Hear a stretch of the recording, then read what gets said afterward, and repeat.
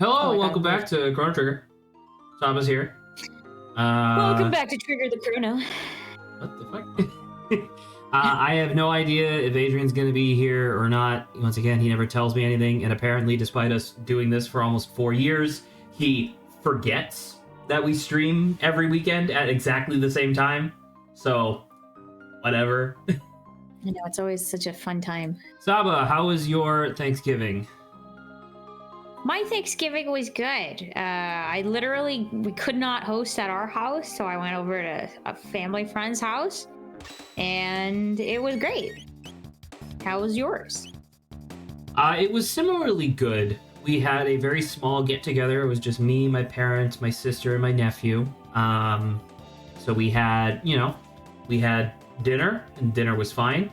I had my customary... So instead of, like, turkey or ham, we did steak tips, because my parents really like steak tips from this one place. And that was fine. Sorry. This feels a little bit louder than crazy.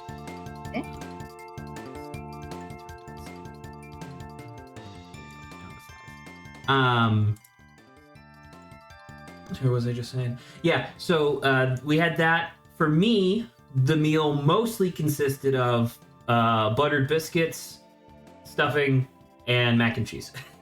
But I still had a steak. Oh, nice. I still had one of the steak tips, which was pretty good. Oh, and then to kind of pièce de résistance, I had my very first sip of wine ever.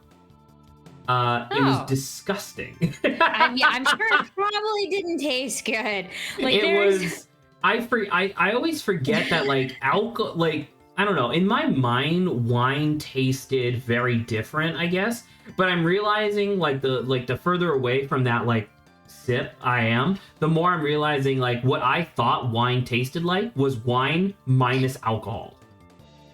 Now, I don't even know. Like, to be fair, I've never drunk any wine from, like, Italy, the place that they have, like, wine every night, and who knows, maybe the quality of their wine is, like, fantastic where you can't even tell.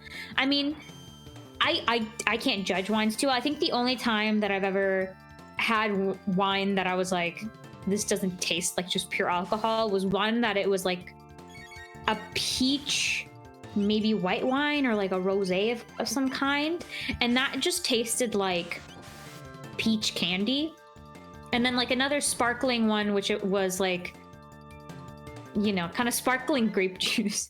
It was very soft on like the alcoholic like taste, which ironically enough, like the less of like the alcohol I can detect, the more I like it. It kind of lends itself to like, I wish you could just make sparkling like grape juice and I'll just have that. I'll have me some sparkling apple cider and I'll be happy.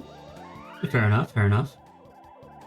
But yeah, that's why I'm very thankful when like I go to any sort of restaurant and they've got like mocktails.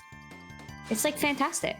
And I can't garner to say whether or not I can recognize different types of alcohol by their taste, but it's like, when you smell something that's alcoholic, you're like, this just smells like, this just smells.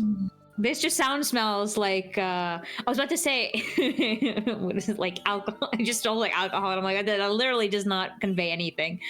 Paint stripper, acetone. It doesn't smell good. So I appreciate some good mocktails.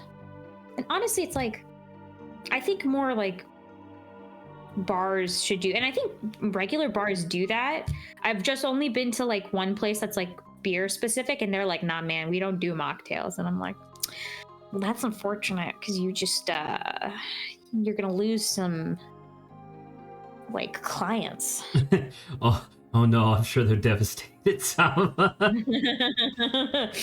I mean, also think about it, because you get enough clients for like the beer, and I mean, I guess maybe there's a difference between like beer and just like bars where they make cocktails, because I guess with beer, their main, business is the beer. So it's not like they carry all of the, like in surplus, all of the cocktail things that normally you can make mocktails with.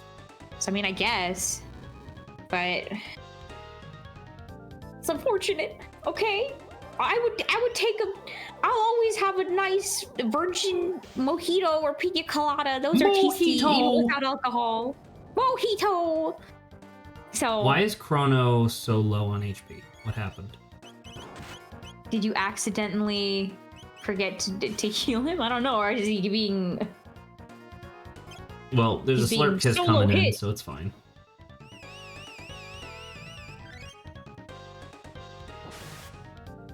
Dude, I thought this mother... Man, now I'm immediately starting to get annoyed again.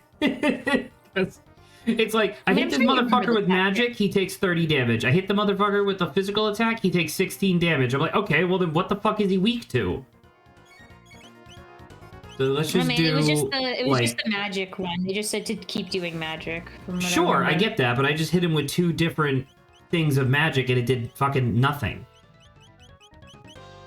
I swear last time we did it, it was like... Didn't it deal? Didn't we hit him with something and it did like a lot? There, 105? That was 105. That's like twice as much. I mean, sure, but... Chrono's gonna fucking die. Meh. Chrono's dead. Oh, it's the AoE. That really sucks. And that 8 Isla's fucking... What the fuck?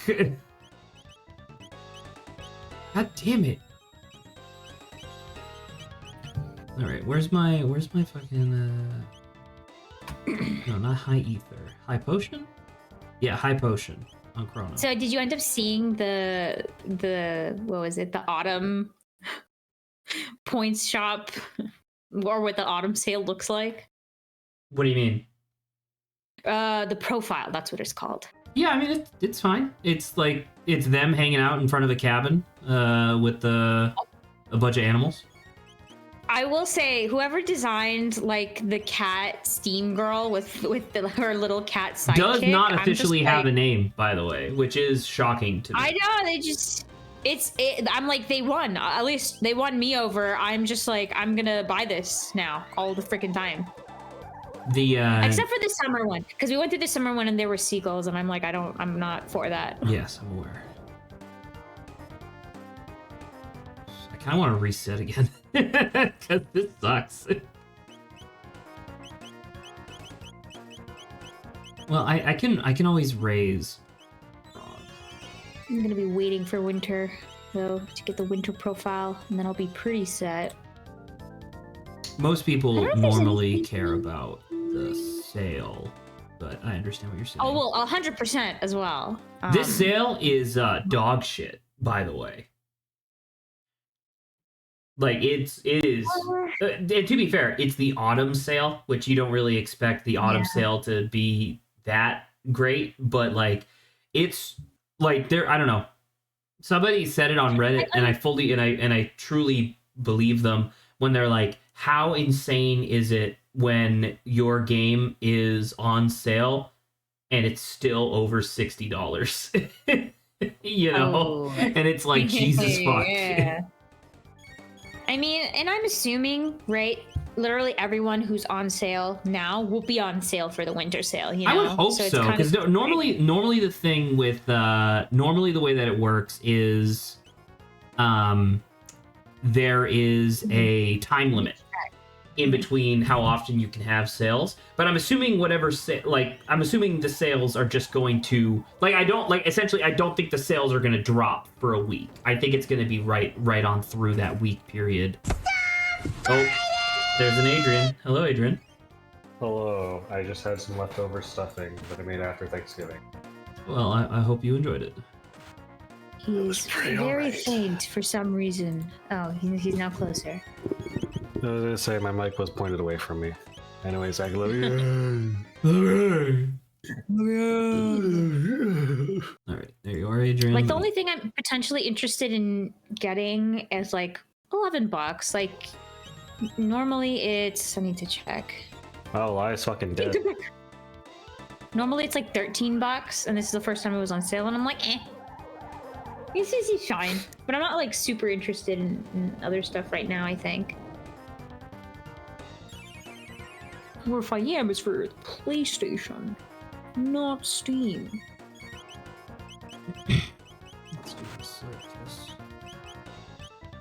Who did you Adrian, vote for sorry, Game of the Year? give me 1 second. I do want to talk about the Steam Awards, but Adrian refuses to ever respond to any message that I send him, period.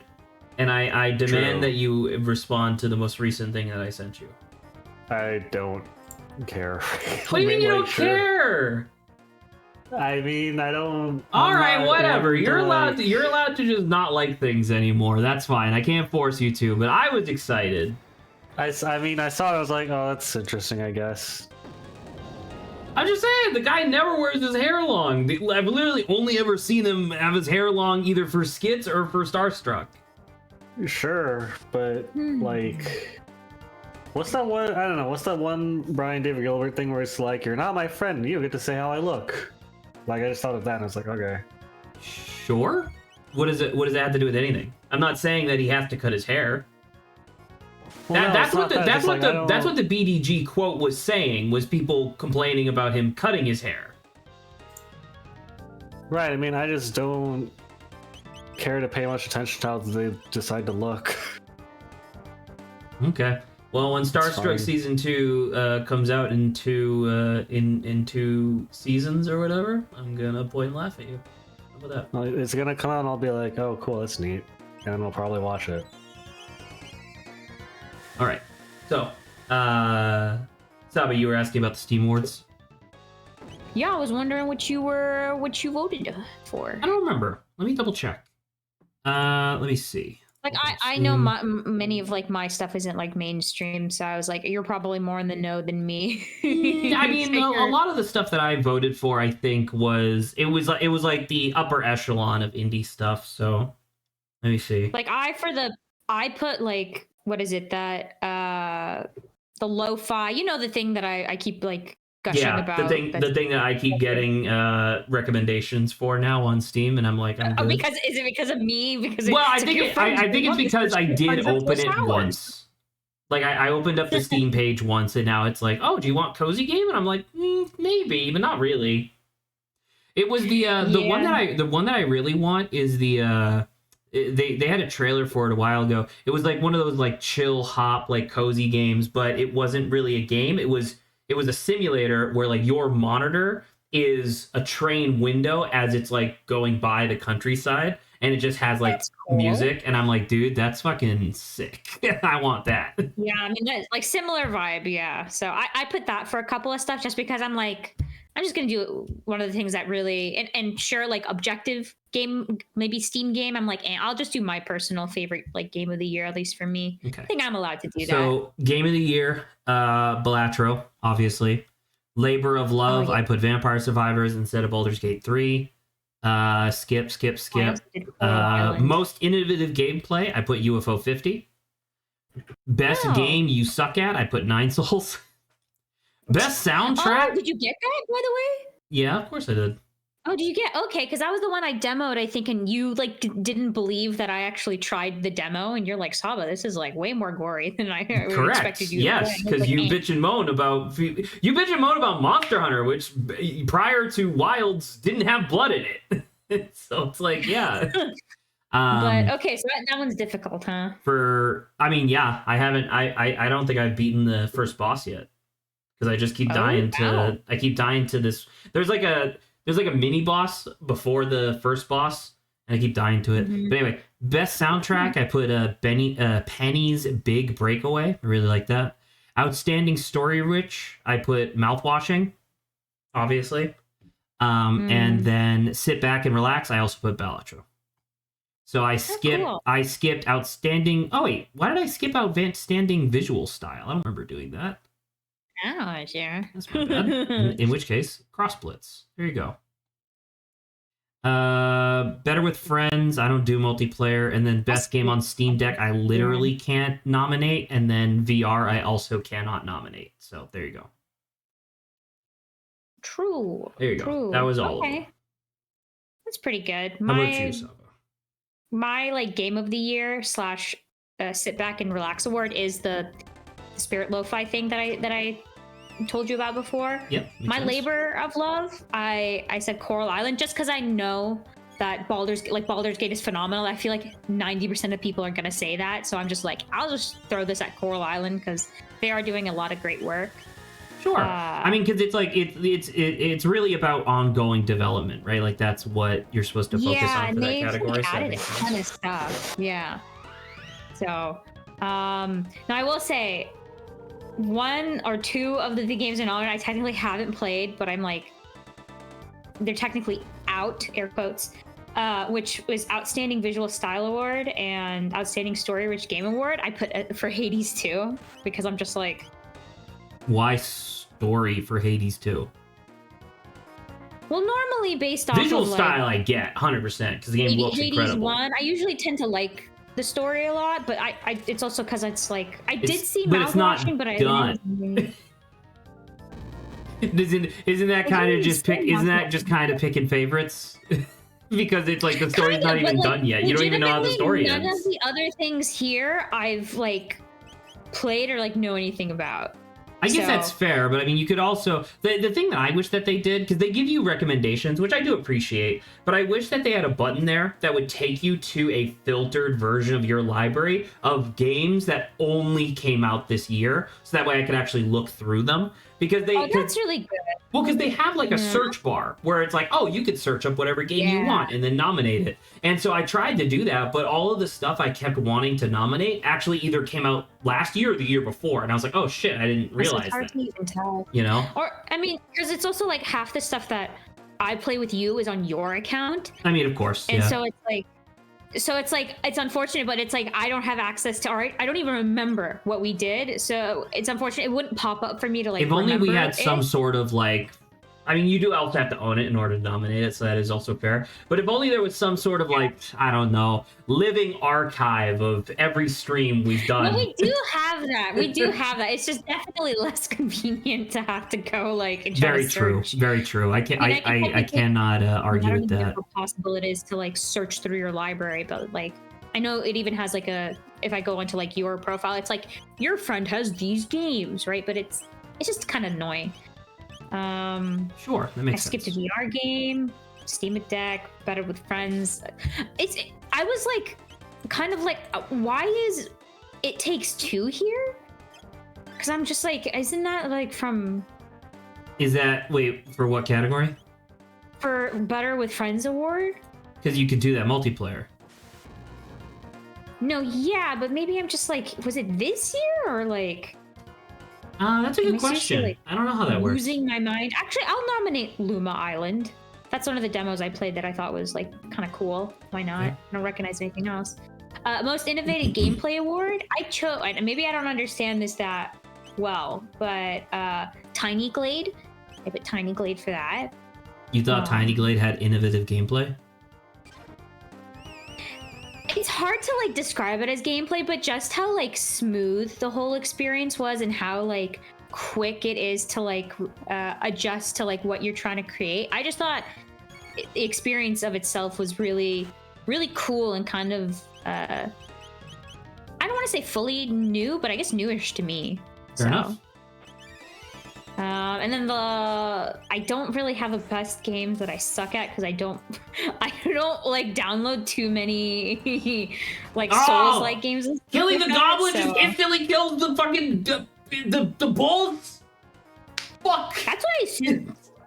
Wait, why would you assume that? If I kill you, your cats don't die. I understand your logic, but this is a video game. And I mean, they probably die eventually. But I mean, hey, if she dies, the cats get to eat for a while, right? Right, but eventually, you know.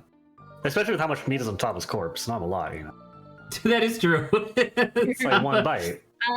The little cat would like...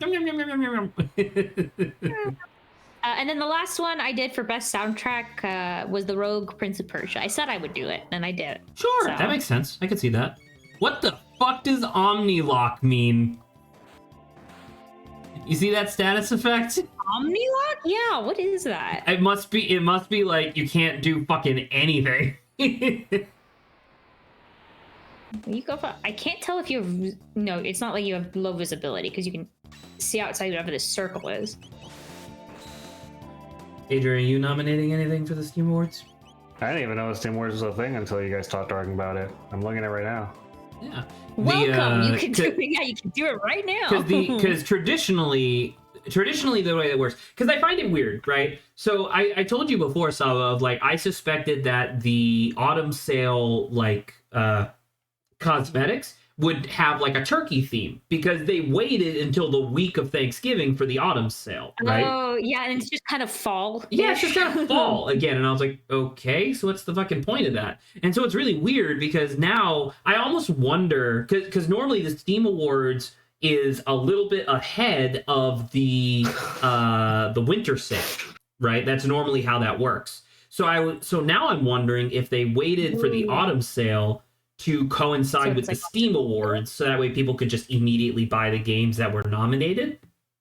Maybe? I don't know. Oh, I mean, maybe. So I'm looking at my Steam Awards thing, and I have one category that I have a handful of games for, and every other category is either I didn't play anything qualifies or Abiotic Factor, which I think is fine. Wait, how many categories could that possibly be?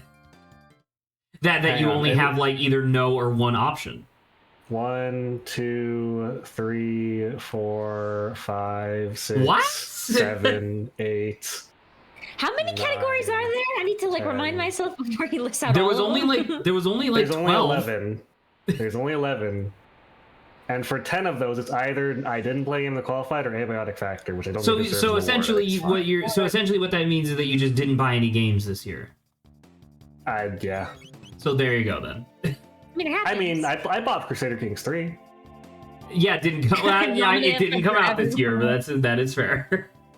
I bought games this year. I just didn't buy games that came out this year. Fair enough. Fair enough. Factor. That is reasonable. Factor... So what option do you even have for Game of the Year? It just for Game of the Year, Abiotic Factor. That's it. Is that your only option? Yes. It says Abiotic Factor, and then it says popular and recommended games, which I never played or looked at. Oh, yeah, those you can. I guess they're like, this is popular enough that it's what other people are voting for. Yeah. Yeah. Holy crap. So. Oh my god! I can't believe I've been walking around with this motherfucker. He had a bronze helm on. Hang on, I want to see what this looks like. I'm gonna post a link of my nominated games. Let me see what this looks like. Okay, let's see. I've just signed in for this. I don't want to do that. Yeah, it doesn't open like that. You can do a screen snip. Well, no, I want to see what this like generated link looks like. It's gonna say empty, empty, empty, empty, or it's just like skip. I'm about to say you could physically hit the skip button, so that way they're gonna be like. I don't understand okay. like Steam Deck Award. Like, how big of a difference is that versus just like a regular? A lot of games do actually have to. There is a validation process that games have to go through in order to get onto the Steam Deck. Period. And a lot of them have to like adjust either their UI or their engine or what have you. Because remember, the Steam Deck functions on Linux, not Windows. Okay. So you do actually have to do a little bit of conversion there. Yes, Adrian, you were laughing? No, I'm showing you guys what it looks like if you click the link and sign in. Hang on. Which, by the way, I want to say, I have Abiotic Factor as an option for all these. I don't think Abiotic Factor is an award-winning game. I think it's very okay. Well, I mean, it's the only thing that came out this year that you played. Here you go. Here's my list of nominees. Labor of Love, Baldur's Gate 3. Everything else is fucking playing. There you go. That is fantastic. Oh, that is it. And I know that Adrian hated putting Baldur's Gate in there. I wanted to play Project Zomboid, but they haven't released an update in years. That's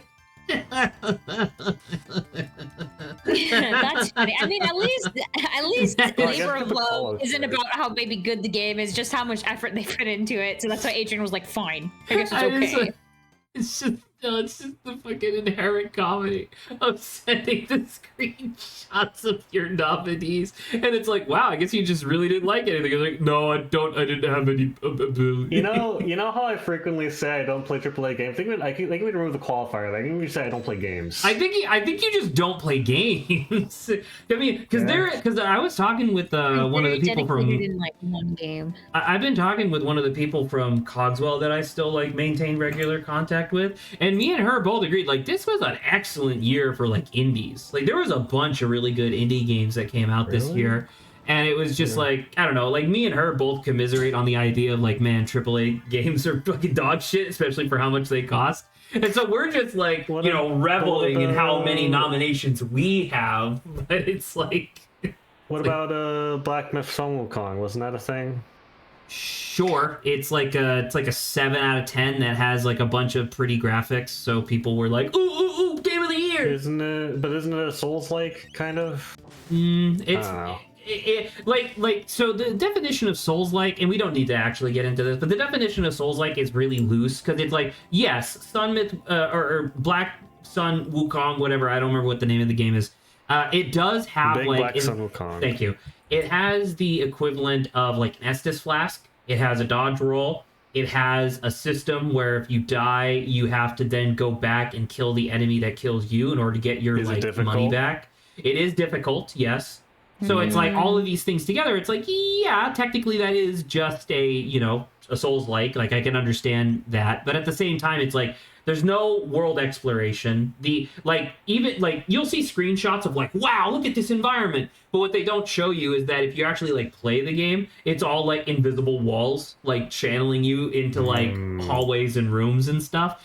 And so it's like, I don't know. I feel bad because it's like, it's not like the game's garbage. It's just that it's not nearly as good. I don't think it's game of the year even remotely, but it's gonna have like 6.5 trillion Chinese votes behind it. So fuck it, whatever. Would you say it's possibly overhyped? Nah.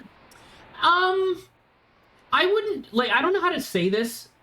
I don't think it's overhyped. I think that there's just such an enormous volume of people saying that they like it, if that makes sense. Where it's like, it's not people being like, they're not frothing at the mouth being like, it's the best game I've ever played. It's just like 5 million people on day one were like, yeah, this is really fun. It's hard to circumvent the sheer number of people that were like, yeah, I like this game. I see. And that's why I would vote for Astrobot to win for Game of the Year. Because I'm like, yeah. Because you already know what I voted for. Balatro. Hell yeah, it deserves it, dude. Because you know the thing. So you know exactly what happens, right? So like for not for the Steam Awards, but for the Game Awards, right? The TGAs.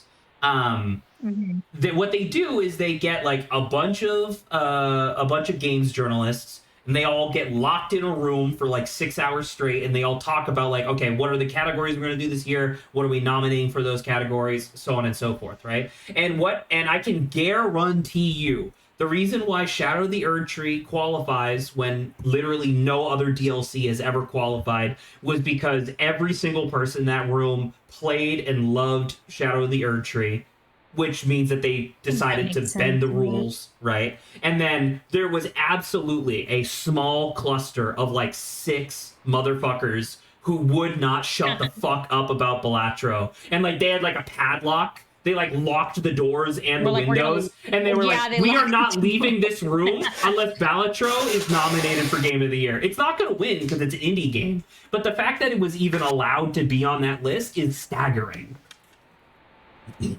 People do love them some Balatro, from what I see. Balatro is fucking incredible. It genuinely might be one of the best indie games to come out within the last decade. But Zach, I thought you hated draw NG games. Sorry? I thought you hated draw NG games. No, I mean I love deck builders and stuff. Oh. Yeah. No. So like I mean, we don't really need to get into this, but there's 2 different types of RNG, and I know you know this, Adrian, but there's 2 different types of RNG. There's pre-decision and post-decision RNG, whereas, post decision, it's like, okay, I make the thing, then I roll, then I get the result, and then I can either be happy or pissed that the result was the way that it was, or there's a random situation, and then I have perfect information to try to respond to it, right? And I feel like Balatro is mostly that second, or sorry, that second thing where it's like, yeah, you're drawing through your deck, but I know exactly what my jokers are. I know what the general probability of me getting the hand that I'm looking for is. And even if I do fail, it takes like less than a second to get into another run. You know what I mean? So I don't know. Is Balatro the perfect indie game? Maybe. Genuinely. And Local Thunk absolutely deserves every dime of that $4 million he made in 48 hours after the nomination. Oh wow! Yeah, I'm about to say he was on Reddit and Blue Sky talking about that, where it's like, yeah, it got nominated, and then fucking everybody decided to start playing it because they were like, how is it possible that this game is nominated for Game of the Year? And he's like, yeah, it was like because remember, Steam gets like a 30% cut of all your sales, and he's like, post Steam cut and post tax, it was $4 million in 48 hours, and I'm like, holy fuck! Wow! Could you imagine making a game that good by yourself? It's like it was like him and one other person. Wow. God, that's really impressive. Yeah. Oh. It's just kind of like luck of the draw, man. It's like you can make a solid quality game, but getting it to that stage is obviously a whole other level. But yeah, I don't know. Once again, I do wish that there was a way to sort your Steam library or filter out everything that didn't come out this year. You know what I mean? So that way I could just kind of go through my list of like, well, what did I buy? Because I bought a lot. I buy a lot of garbage, like, all the time. Well, I bought a trash man. It's trash. Well, that's why it's called indie garbage, right? Saba, I bought a escape room game. Why is Chrono at 1 health? Oh. I bought an escape room game today with the intention of inviting you and just like playing it together. And so I played like the opening bit. Man, it was really bad. And I was like, but it was only like $2.50. Is this enough to refund? And then I looked, and so you know how you can sell like cosmetics and playing cards, like the Steam trading cards and stuff. You can sell those on the market. I am up to $5.30, except I was down to $3. I realized that when I purchased the escape room game, it automatically took it from my Steam wallet instead of my PayPal. And I was like, fuck no, and I refunded it. Yeah. Well, they can't all be winners, unfortunately. Yeah. I mean, I'm also going to say a lot of them are just not winners. A lot of them are just like, okay. Well. I think the only one I was like, maybe it would be cool to do, but I think we need to like... It's like actually multiplayer was the escape room Academy simulator. I know. Yeah. So. But what if we have another potion of mud moment? I mean, once again, I would love to do more stuff like that, but we have to get into a regular cadence with that sort of stuff again. I mean, what I wanted. I mean, I not to fucking put too fine of a point on it, but Liar's Bar. Or whatever, Liar's deck is in fact on sale for like $4 right now. Oh my god. That's $3 more than you can give us to buy it for. What are you talking about? Wow. I'm just saying, I've had a couple people I've had a couple people who've come to stream and been like, hey, why you always stream with like the your friends or whatever, why don't you do multiplayer stuff? People like the multiplayer, like why don't you do like Lethal Company? And my response was like, you think these motherfuckers buy anything I ask them to? You think I buy anything, period? I buy? Like I'm not gonna buy fucking 4 copies of Lethal Company just so that way we can play it once. I would love to play Lethal Company, but I can't validate that shit. Actually, Saba, do research for me real quick. How much is Lethal Company right now? On Steam. $1 billion. With $1 billion. $1 billion. Lethal. It is $9.99, so like $10. Is it on sale at all? No. Lethal Company isn't on sale right now? No. Oh, well, it must be going on sale for the winter sale. Oh. What? Okay, What do you think would be the reception if like a really popular game like Among Us or Lethal Company or some shit like that, for like 1 hour, ups their price on store to like $1,000 and then reset it back to normal price? Do you think people would brag about buying the $1,000 copy? They're like, whoopsies. I could see that genuinely. Where they're like, he's like, I bought the $1,000 version of Lethal Company, and then it's 5-10 minutes of them waffling, trying to think of anything to say about it. Like it's because it's literally Like, not it's different in the literally slightest. Same game. They put out a tweet like, oops, sorry if you bought it. Oops, pinky to mouth emoji. Oops. My bad. There was something like that actually happened in reverse. I don't remember what game it was, but I think the game normally was like $5 or something like that. And for 24 hours, they set it to $0, like it was just free. And after the 24 hours, they went back up, and people were like, "What the fuck? What? How? I didn't know this was it's free." like, it's your The guy guys' was like, fault for not getting it when it was free. "No, Suckers. literally, that was the guy. That was the developer's response. Was like, well, that's your fault for not paying attention." I feel like that'd be pretty good April Fool's like PR thing where it's like, all right, guys, for April Fool's, we're gonna have a special promotion. Keep an eye out on April Fool's. It's $1,000 now.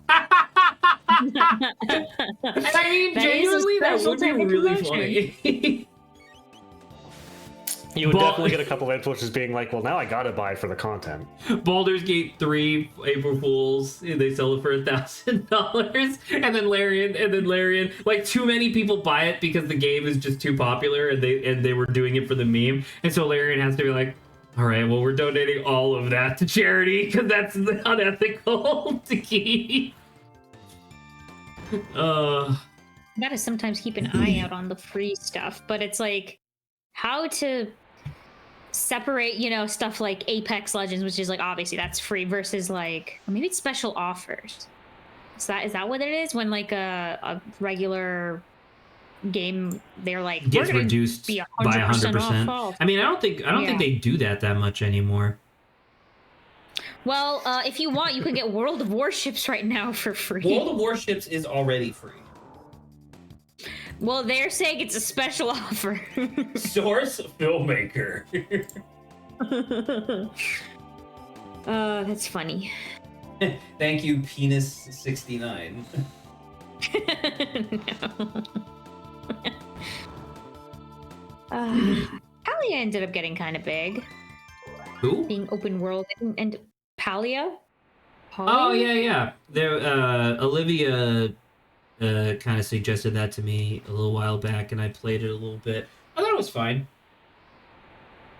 It's definitely not my speed. It's definitely until I realized it was multiplayer, and then I was like, "Dang, I like being a loner." Well, it's not even just multiplayer. It's like MMO, where it's like you have to be online. Yeah, so that's why I was like, that sucks. I guess I'm leaving. There's way too much. Okay. Zach, I have a theoretical for you. That's definitely not just me stealing Reddit posts, okay? Okay, yes. So imagine this: you're in the zombie apocalypse. Somehow, despite all odds, you manage to survive for a long time and become very successful. You fix up a bar to live in. You have some like really cool stuff from the military. And it's been like a couple months at this point, right? And you're feeling pretty good about yourself. The zombies are slow and not hard to deal with. It's not a very severe zombie apocalypse, frankly. Yeah. But you've been living like pretty much alone. With some people that like are maybe a couple hours away that you like talk to once in a while, and you wake up one morning and there's gnomes outside your house. What do you do? Gnomes.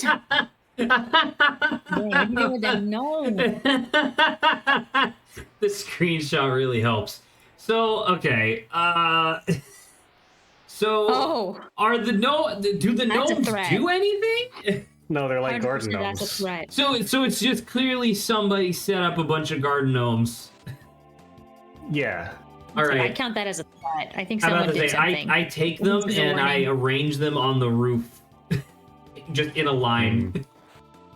Okay. A roof. That's what I do. I hope to, because clearly whoever did this is either trying to be threatening or trying to be silly, and in either case, I hope that setting them along the roof lets them know that I see what you're doing, and I would like to not participate. Sorry, the picture really helps. Pictures like this are why I love Project Zomboid. Did I tell you about the prank I pulled on my friends the other day in Project Zomboid? No. So my friends and I have this Project Zomboid server where once in a while, usually 2, but up to like 4 or 5 of us play at a time. And we added this mod called Lifestyles that adds like more Sims-like things to it, to a game that's already very Sims-like. So you can like meditate and clean and like play music and you can DJ and dance. And jork it. One of the things, like I said, you can play music and you can build your music skill and learn different songs for instruments. And gouge his eyes. Thank you, Mikey. You can gouge his eyes, I guess. You can have multiple players sync up so they play like a song together, and then like the more players, the more of the song fills out the instruments that you have. You have to find these in his world, of course, like scavenge for them. But one day, one of my friends and I were like, "Hey, I have this idea. Let's play this prank on our friend who doesn't get on very often." And we were like, "Okay." A friend gets on. We're like, "Hey, let's go to this really, really zombie dense like area of the world." And he's like, "Okay." So we go there. It's really zombie dense. It's really loud. I honked the car horn they were driving in to drive in more zombies. So like, all right, get ready to fight. We get out of the car. There's like easily over 100 zombies for us to take down. And there's like, all right, I'm going this way. And I'm like, great, we'll go this way. We go off screen for him for a second. We come back on with a banjo and saxophone, just start playing yakety sax while he gets chased by zombies. Pretty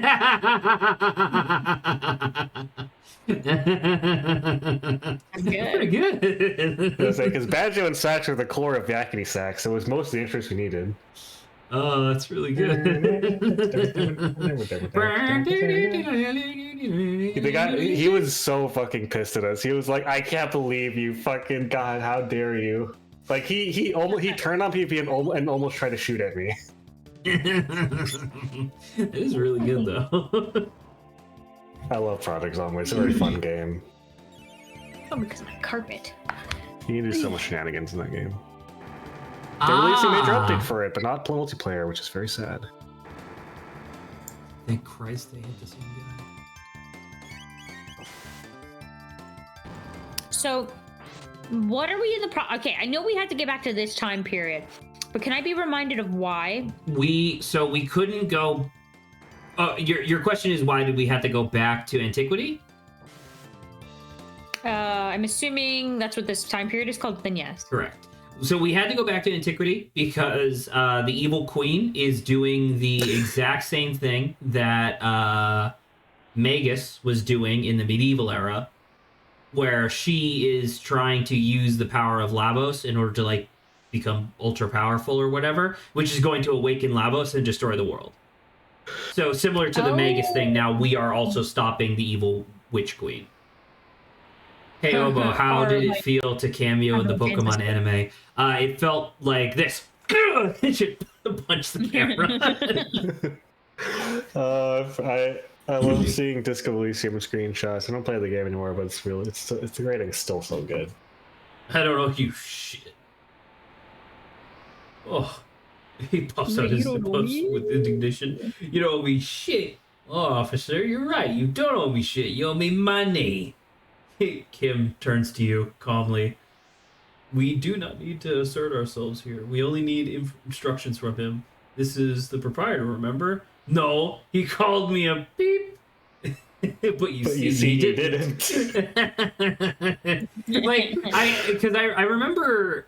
I don't remember if it was like canon in game or if it was just like one of the creators at Zaum confirmed it or whatever. But I remember them talking about how like every NPC has like a design document of what their stats would be if they like functioned like normal characters, and Kim just had like full 20 composure. Composure and authority. Something along those lines. Because I remember like the thing that I thought was really cool about the stats in Disco Elysium, besides them being like your party members, was the fact that like you don't actually want it to be as high as possible, because like there's like a sweet spot that you want your stats to be at, because if you go over that threshold, suddenly it starts like hindering your character, like preventing them from doing things. So I like the idea of him having such a high composure that he like literally cannot get mad at you. Yeah. Seething on the inside, but yeah. You know I am. All right, well, I'm definitely using magic here, so. Get rid of all of this. So, I thought you were scatting for a second. I thought someone was doing Oh.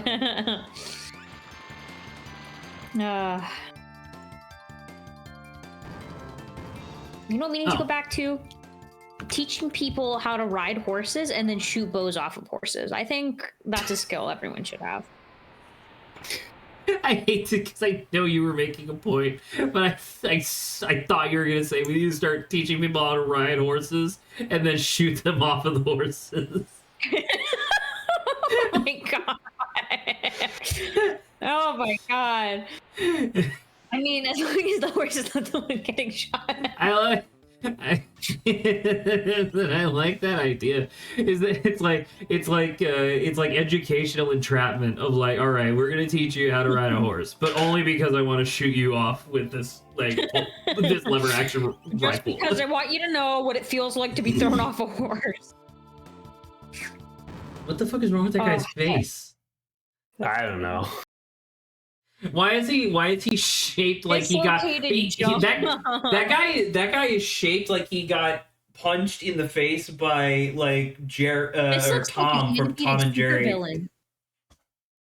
Yeah, oh, I see that. His chin sticks out further than his nose. He does.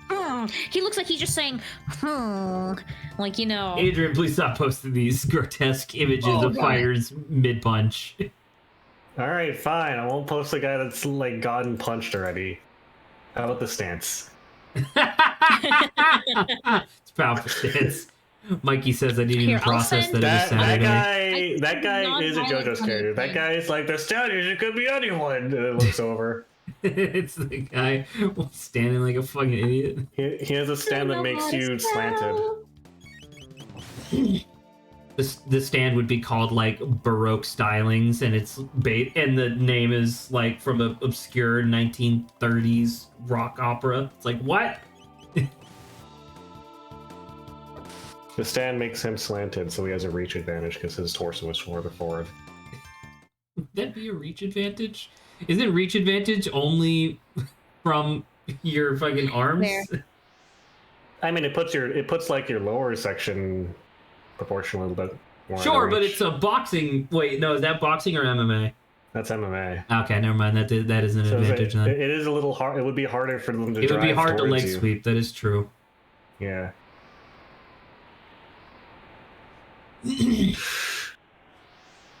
Zach, do you follow Death Battle? No, you asked this last week. Oh, there's actually not that many. Mikey says, Sammy banter topics. So I was talking to my friend the other day. I mentioned I've been wanting to get into Ace Attorney, but I can't get into visual novels, and she suggested that I watch the anime instead. Do you think the Ace Attorney anime is a good substitute for the games? I got no clue. Really. The anime is decent. Like, you'll get the... How do I put this? The anime will cover the same beats. So you'll be able to, like, participate in conversation about Ace Attorney stuff, but the pacing of the games is very specific, i.e. glacial. so I don't know. Like, you'll miss out on a lot of the vibes. Phoenix have like stuff being done to him versus like you embodying Phoenix and being told that like, I'm pulling out this autopsy report in the middle of the courtroom. I was gonna say, how often does the anime do stepladder jokes? I think literally once. They're crucial for the plot.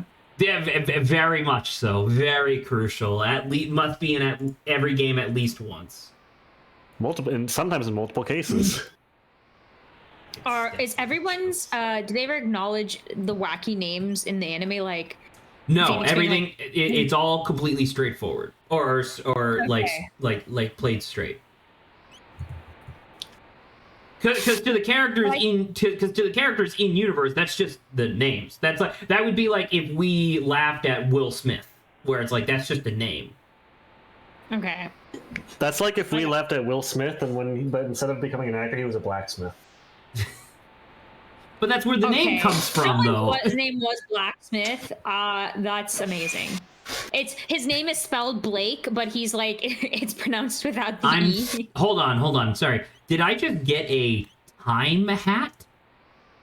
Oh, prevent, stop, and slow. Okay. I was like, well, all right.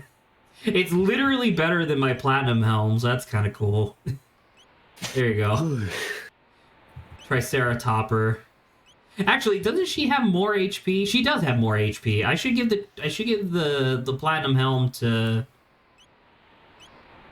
Frog because he has less HP than Isla, who is literally just in a bikini. Because I'm trying to think. Because I mean, like, I understand the idea of like not really being into visual novels, and I don't know. I don't think I am. I don't like literally the only visual novel series I can really think of enjoying is Ace Attorney. I'm trying to think. Well, I mean, you there's the potential new game that you played the demo for that you really liked. That is very true. Actually, there's like 3 Ace Attorney lights that are coming out within the next year or so that I'm really excited for, and I guess those are all like visual novels by extension. I mean, genuinely, if I were to suggest something, I would definitely suggest playing Ace Attorney 1 cases 1 through 4, like minimum, and then you could watch the anime for anything else that you want and just watch like summaries online of games. I would say that the Monster Prom series is as close as you can get to a multiplayer visual novel. No, that makes sense. Yeah, that's fair. That tracks. I was say, like, I don't play Monster Prom any of the games without you guys. So it's like a visual novel party game, kind of. Pretty much. That's pretty much what it is.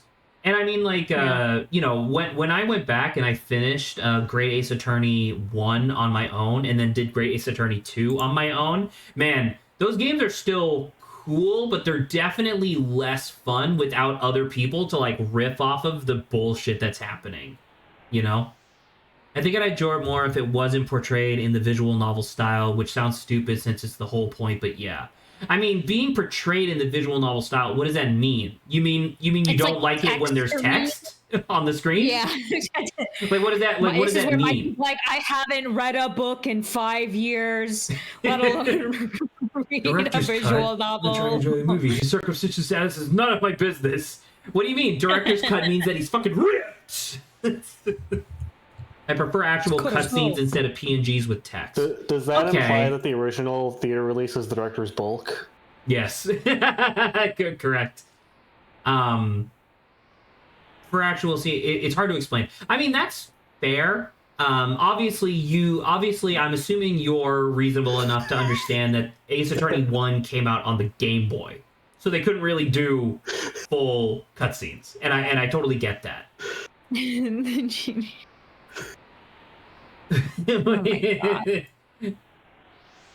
Oh, that's good. The genie looking at me when I asked him to release the 3rd attack dog on J.K. Rowling. Oh, the genie when my first wish is to multiply, like to double the amount of mold in J.K. Rowling's home. The genie when my wish is to double the mass of an electron. Oh, the universe falls apart. Now, does this guy's mustache help make this face? Yes, like help make 100%. it. Yeah. Okay, good to know. Mikey, can you do, like, I guess I don't really know how to ask this question, because it's like, I understand so your hang up with visual novels appears to be the fact that it's just like literally the 2 characters like just kind of talking back and forth while it's just text, whereas you'd prefer to have like an actual cutscene, which I guess is fair. Or like audio where people are talking. And I mean, it's definitely like... I mean, 1,000,000%. Ace Attorney would be a lot better if it had voice acting. That is true. Yeah, it's definitely... unless you're like and that's why it's like, you know, called visual novel, right? Because it's locking a bunch of stuff. NVM is so good. It's the same reason I can't get into Danganronpa. Like, well, not getting into Danganronpa is a natural human reaction to dog shit, because no one likes Danganronpa. Or, sorry, no one actually serious about being a decent human being likes Danganronpa. That dog's not real. That's a fake dog. What but the fuck? I mean, if you have a hard time getting classic Project Zomboid there. You know, getting into the depths of stories, like in a book, then okay, yeah. I mean, kind of makes sense. That's funny. I like that, you know, instead of just having the dog like glitch through, they chose to do that. They chose to map it to a bipedal animation rig. It's really funny. But only briefly. But only for like, but enough frames for you to notice it. Did you ever see that? Video of the guy? He's like poking his camera, like his phone camera, around the corner of this door, and his cat is like perched on a shelf looking out the window, and the cat's just going like making a super not cat noise, and then the guy like creeps into the room slightly and makes like in like the door or like the floorboard like creaks a little bit. The cat whips its head around and immediately just starts going meow meow like it was like it knows that it was caught and now it's trying to like backpedal. It's a good video. Like this video. Second, Adrian, how would you feel if suddenly the squeak of any like wood turned into like meow sounds? Well, I've had a vaguely similar hypothetical before where I love this video. It's a good video. Sorry, I'm looking at the dog going insane. The dog, they both do the same thing. What is the dog's plan? To destroy the pepper. Is it attacking? Oh, it's to destroy it. I was like, is this guy so happy to eat this? But I think the dog is just so happy that it's like flailing around, but it does look like it's an early game Bloodborne enemy just kind of flailing wildly. Anyway, to Saba's thing, I did mention a while ago that I had this hypothetical of like a very mild, like either like futuristic service or a superpower of being able to like, if you could replace one sound, you could make another sound, what would it be? And I forgot what the answers were, but I thought it was vaguely interesting of like, oh, you could replace like your fart with like a noisemaker sound if you wanted to. A wind chime. Yeah, exactly. Fart with a wind chime? So I don't know, if my floorboard creaks are replaced with cat sounds... That's not that bad. Is that the question? Yeah, that's fine. I like cats. It's like when your door in the middle of the night creaks open. When I swap these noises, do people know that I've swapped these noises? Like, do people just suddenly understand that these noises have been swapped, or is it something that everyone's going to have to discover at least once? I feel they have to discover it. But okay, like... cool. I want to replace the sound of a sneeze with the sound of a high caliber rifle gunshot. I want it to be, Adrian, that the sounds only change in like a circumference / diameter around me. There's like a cone around me. So you're just producing cat squeaky floor? No, I'm not producing cat. No, like me sitting in my room, like 60 feet away or whatever. Suddenly, all doors have cat noises. Then once oh my god! Look at this Square Enix boss. So yeah, so you would emanate a noise-altering force field around you. Yes. Also, I love. They're crazy, and then I leave, and then they're like, "What the heck?" I love tweets that you can understand multiversally. Multilinguistic tweets. What? Little keys to Saddam Hussein hiding spot. What is that? Okay. Would every sneeze Sam, are you not aware of this? Sound of rifle, or would small sneezes be the same? Yikes! Who asked that? Who's the motherfucker that questioned my genie wish? What in the that? Oh yikes! That doesn't look great. At first, I was like, "This looks normal," and then I opened it in browser. I'm like, "That's not normal." Adrian, hypothetical. What? I open up a... What the fuck was that? I open up a... oh my god, the name of this enemy is Giga Gaia. Sorry. I open up a restaurant. Sorry, not a restaurant. A food cart. Sure. It's hot dogs. In quotation marks. Okay. You are my first customer. I say, hi, Adrian. What do you want? You say a hot dog. I give you a bun. And in the bun, I place a small Egyptian mummy. You take it. You look back up. I am gone. The cart is gone. Do you eat the mummy? I still have the evidence. Yes. I guess I'll prod and see how hard it feels. It feels like a mummy. It feels like Okay. So it's not it's not wrapped in paper. It's just like it's not. No, it's like a small disintegrate. jerkified. It's a small jerkified human. Does it look dusty? No. It came out of the the hot dog cart. So it's like moist. Oh, never mind. It's Okay. moist. Is it, when you say moist, is it like red with hot dog juice, or just like It's like hot dog translucent juice. water wet? It's like hot dog Okay. juice. Yeah, it's like When's the a last time nice you juicy hot dog, but it's a small mummy.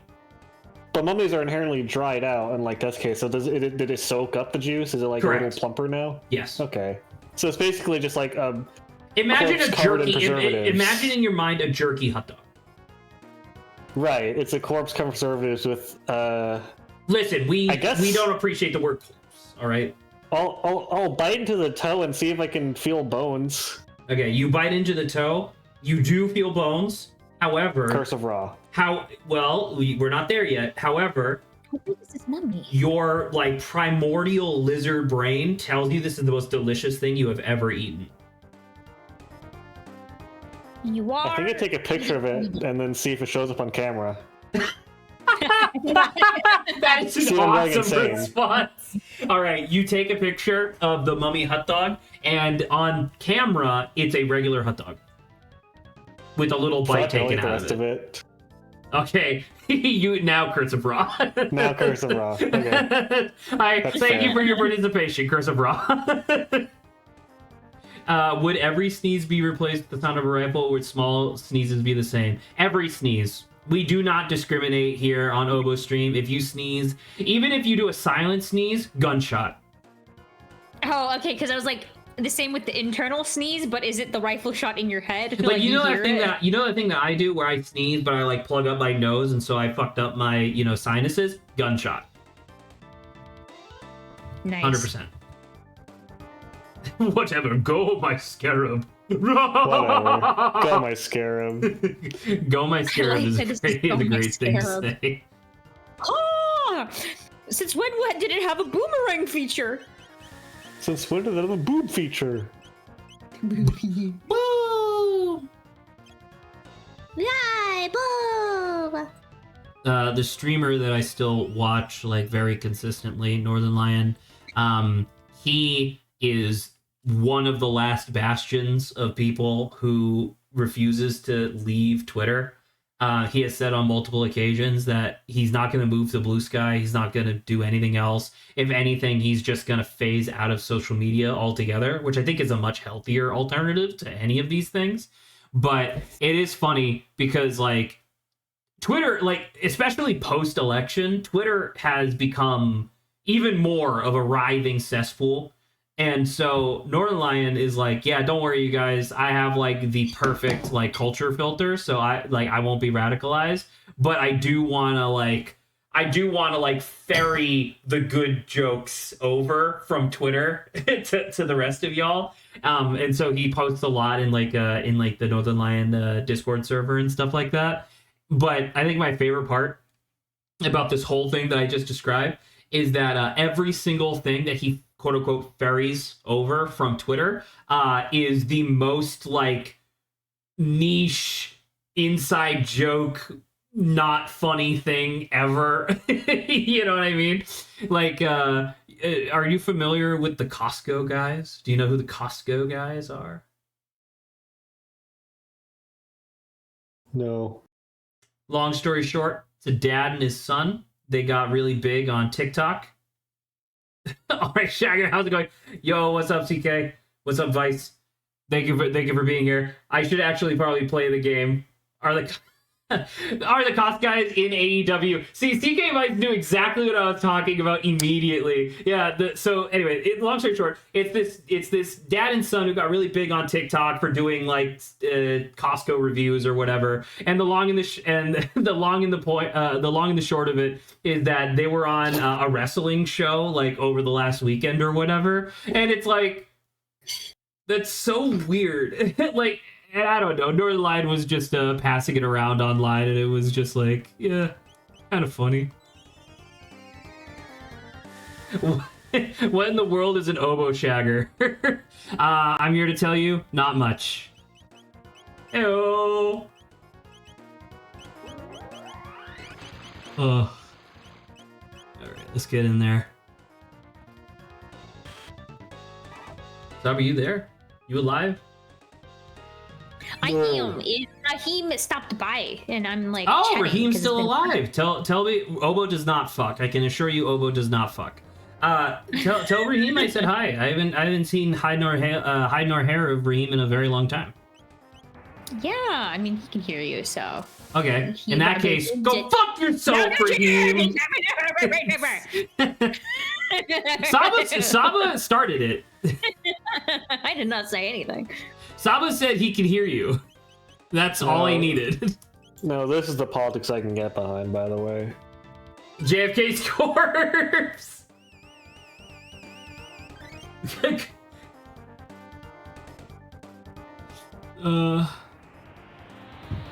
Wait, hold on. Does JFK's corpse have a hole in the skull? I don't think so. Well, it's on the other side. Oh, fair enough. Donald Trump. I didn't even see that. Donald Trump. It's not Donald Trump. That's not a third term. It's definitely not a third term. What the fuck was that? Oh, absorbs the damage. That's why she's like super okay right now. Oh my god.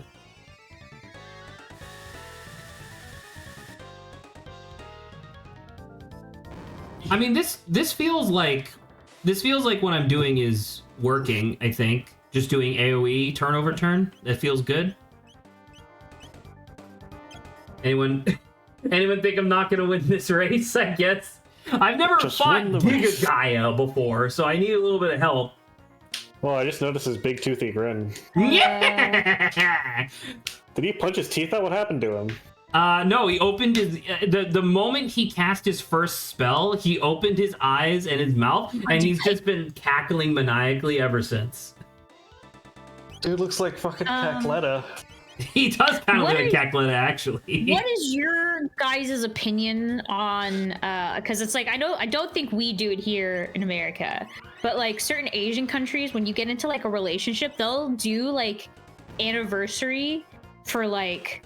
oh, it's been 100 years in our relationship, or what? It's like yeah, they do it like much more frequently, I believe, from what I remember. But Sabo, are you sure you picked the right word? Did you mean 100 days?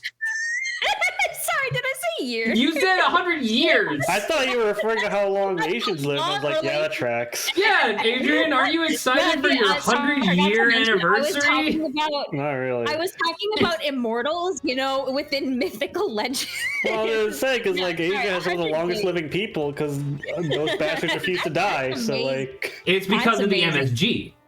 They live off of MSG and cigarettes. So it's like, okay, reframing. Let's forget I said years. 100 days, right? Or it's like, I feel like I've seen that they do it a lot more often than I think we do it here. Like, thoughts on having more anniversaries, I guess. Like, oh, we've made it past like 2 weeks. We're gonna celebrate that. I mean, okay, well, that feels like hyperbole, I guess. I don't know. All I remember is like they do it more often. I don't have like the specific like numbers in front of me besides the 100 years, of course. I don't know. I mean, like I am well recorded as being somebody who enjoys pseudo arbitrary celebrations, as long as it's like, I don't know, like celebrating your first 100 days with somebody, sure, that's fine. Like, as long as you're not like, you know, buying a diamond ring, like that's obviously okay. I think that's totally fine. But now, like, okay, you like celebrating, but what if someone like they arrive on the 100th day and they're like, yay, we survived 100, like they very specifically are like, we survived 100 days, this is our 100-day anniversary, like they come at you with like this very okay, but strong now you're making lingo. it seem like they're fulfilling some sort of prophecy, like that, like you're making it sound like, in the way you're describing it is making it sound psychotic. Well, that's why some of the stuff I've been like hearing some people who haven't like experienced like how often they do like these things are just like, it feels kind of weird to kind of be like, look, we've survived this relationship for like 100 days, as if it's something that is something like you need to survive, like you said. Yeah. So it's okay to stream. Mikey, I'm gonna be real with you.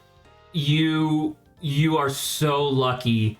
Because the moment I saw I survived 100 days in Obotoken streams, I was so tempted to slash ban you. just to be like, not anymore! Bang! I didn't though, I didn't. Alright.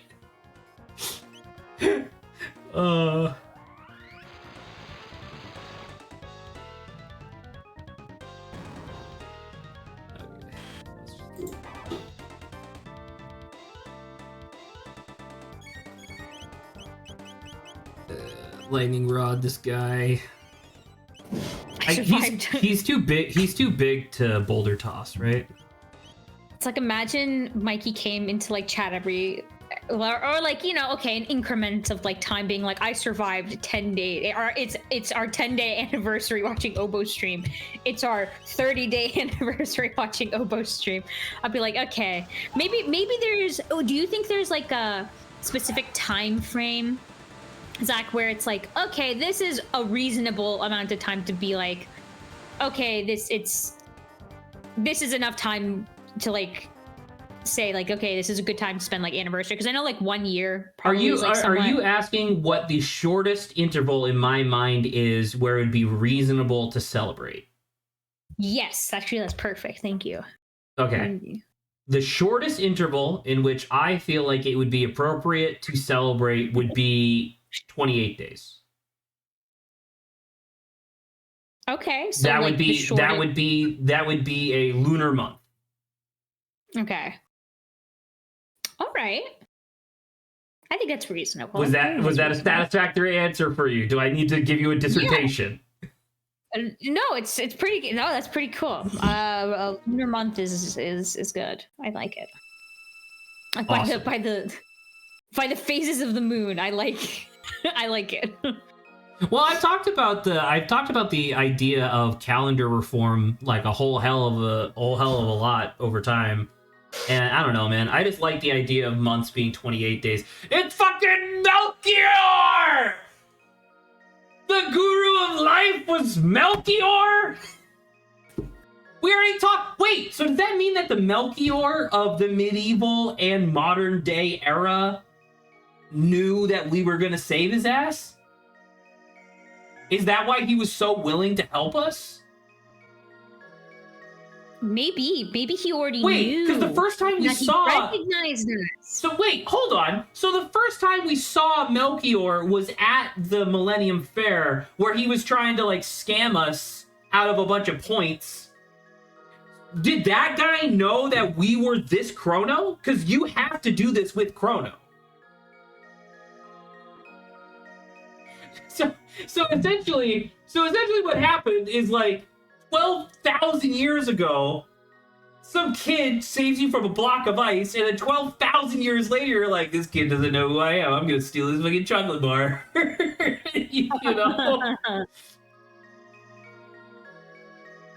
How do you know my name? I don't believe we've met. I'm going to kill you dead. If you go to him after this, will he be like, ho ho ho, so you've like finally met me? You finally met me for the first time, yes. I will now upgrade the Masamune so that way it has a 2 billion% chance to crit.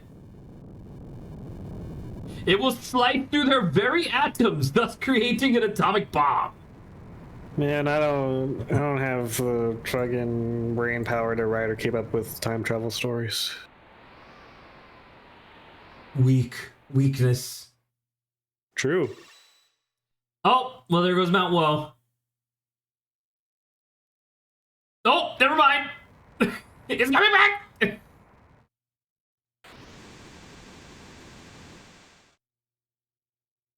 He was bound to fall eventually. All Oh, right, shit. Hypothetical. Hold on, real quick. CK or Vice, whatever. If you're still in chat, send a message real quick because I had a recommendation. $4,000. Yes, exactly. Donate $4,000. No. If you're still in chat, send a message real quick. I had a recommendation that I wanted to give you and the lady because I didn't know if you guys had heard about this already, and it seemed very much up your alley. That being said, I might be talking to no one right now. if not, I'll catch them on one of their streams. I think they're streaming tomorrow, but I wanted to recommend Of the Devil to them. I think they would enjoy that a lot. Isn't this the same room that Frog was in when he was all depressed? Maybe not. All right, hypothetical Zach. You're walking down the street in New York for some reason. I don't know why. Okay. Specifically New York. A piano falls from a 7-story building and almost kills you. And this is by like 7 inches. Yeah. A guy from the roof where the piano fell's like, sorry, shouts down at you. What? Do you just keep walking? I sit down cross-legged on the ground and cry because I was so close to finally not having to deal with any of this bullshit anymore, and I missed my chance. The guy up there sees you crying, says like, oh, hang on, while you're down there, can you catch this anvil for me? I say, yes, absolutely. He throws an anvil down. It's a balloon anvil. Oh, fucking Adrian. Balloon anvil? So does it go the other way? Does it go up? No, it crushes you to death because it's very heavy. It's filled with It's filled with sulfur hexafluoride. Yeah, exactly. How did everyone get an invitation to this now apparently party we're having? Because there's way too many people in here. I'm about to say, wasn't it? Well, it wasn't like this was a secret lair. This was like they knew that the non-magical humans lived here. The fossil speaks. Man, whoa! I'm really excited to murder this motherfucker later because it's clearly a boss.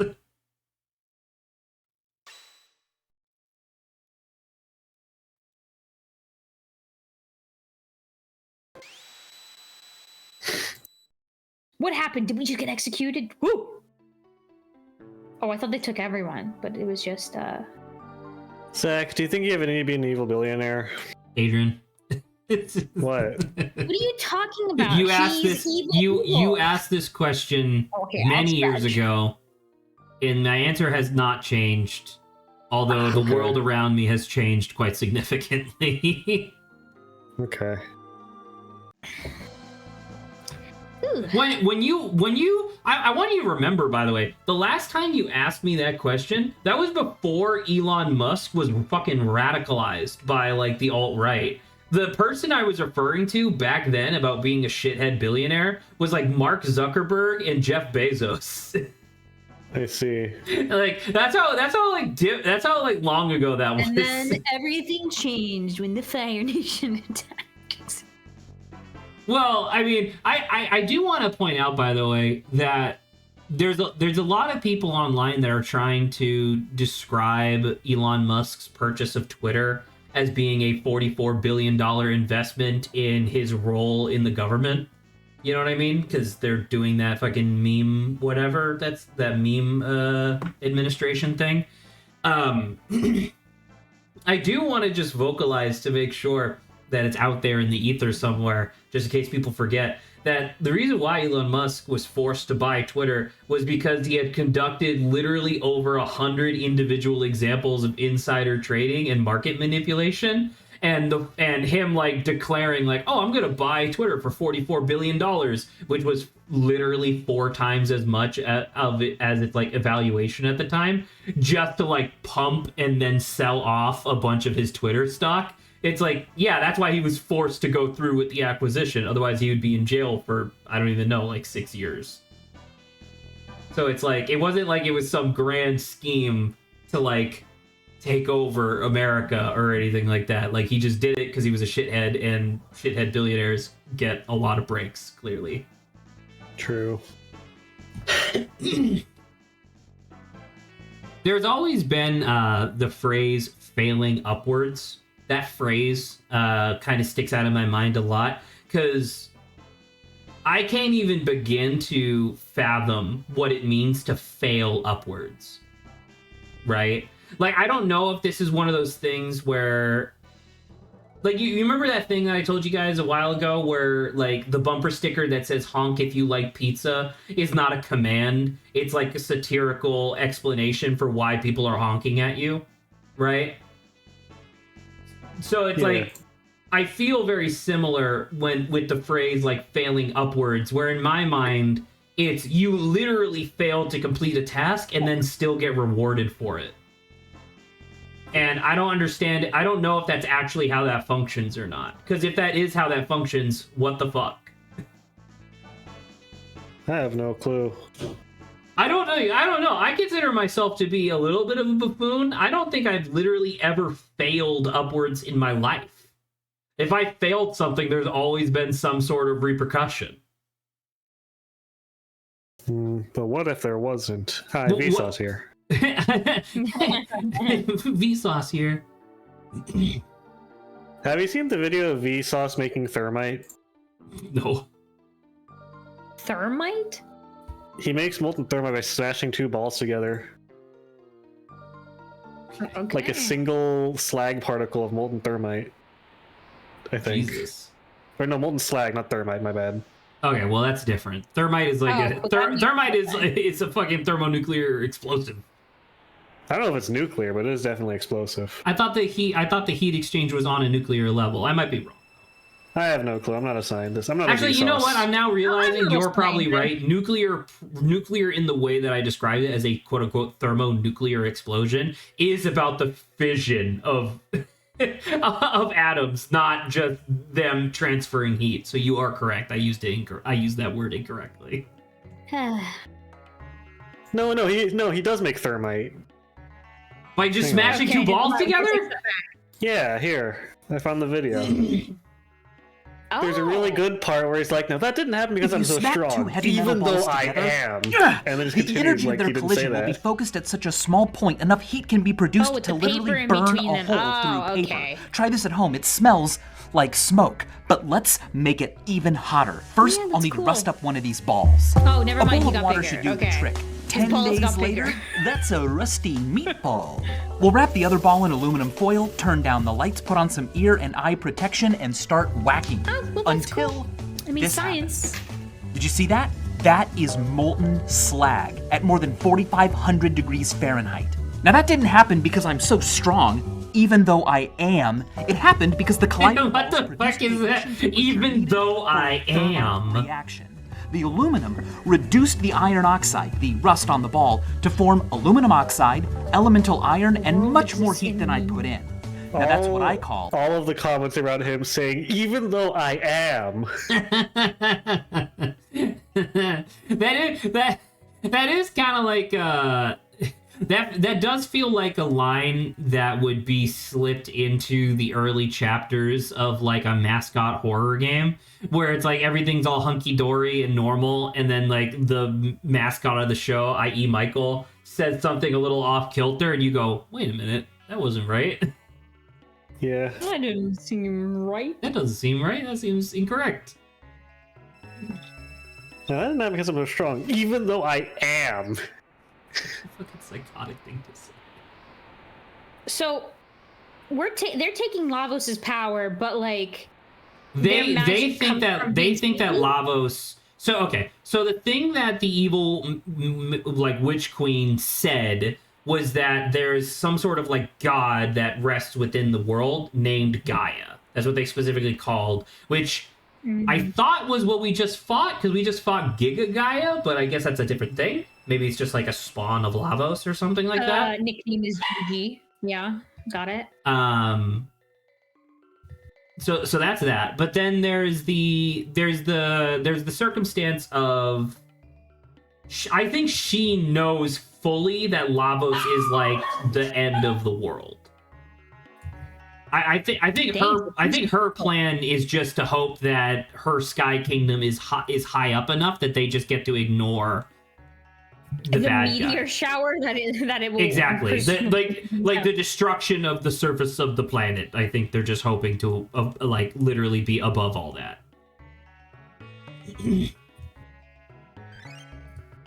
Oh, I didn't even realize you could do that. That's neat. The Queen claimed we have no need for such things. I would love to go there. I would like to throw myself off a cliff onto that other island.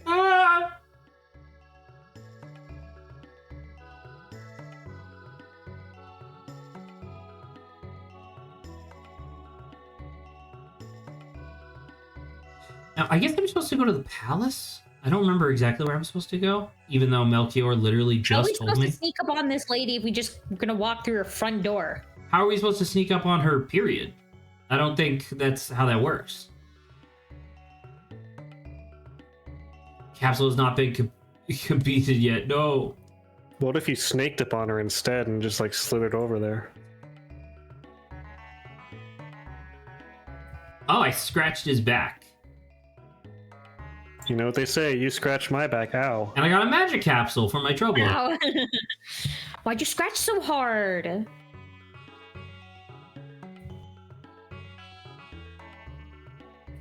Okay, it's just the one. Hey, that's still pretty good, though. I appreciate a little magic capsule. One is literally better than nothing. Indeed. Magic capsule for... Sure, let's go to Chrono again. Why not?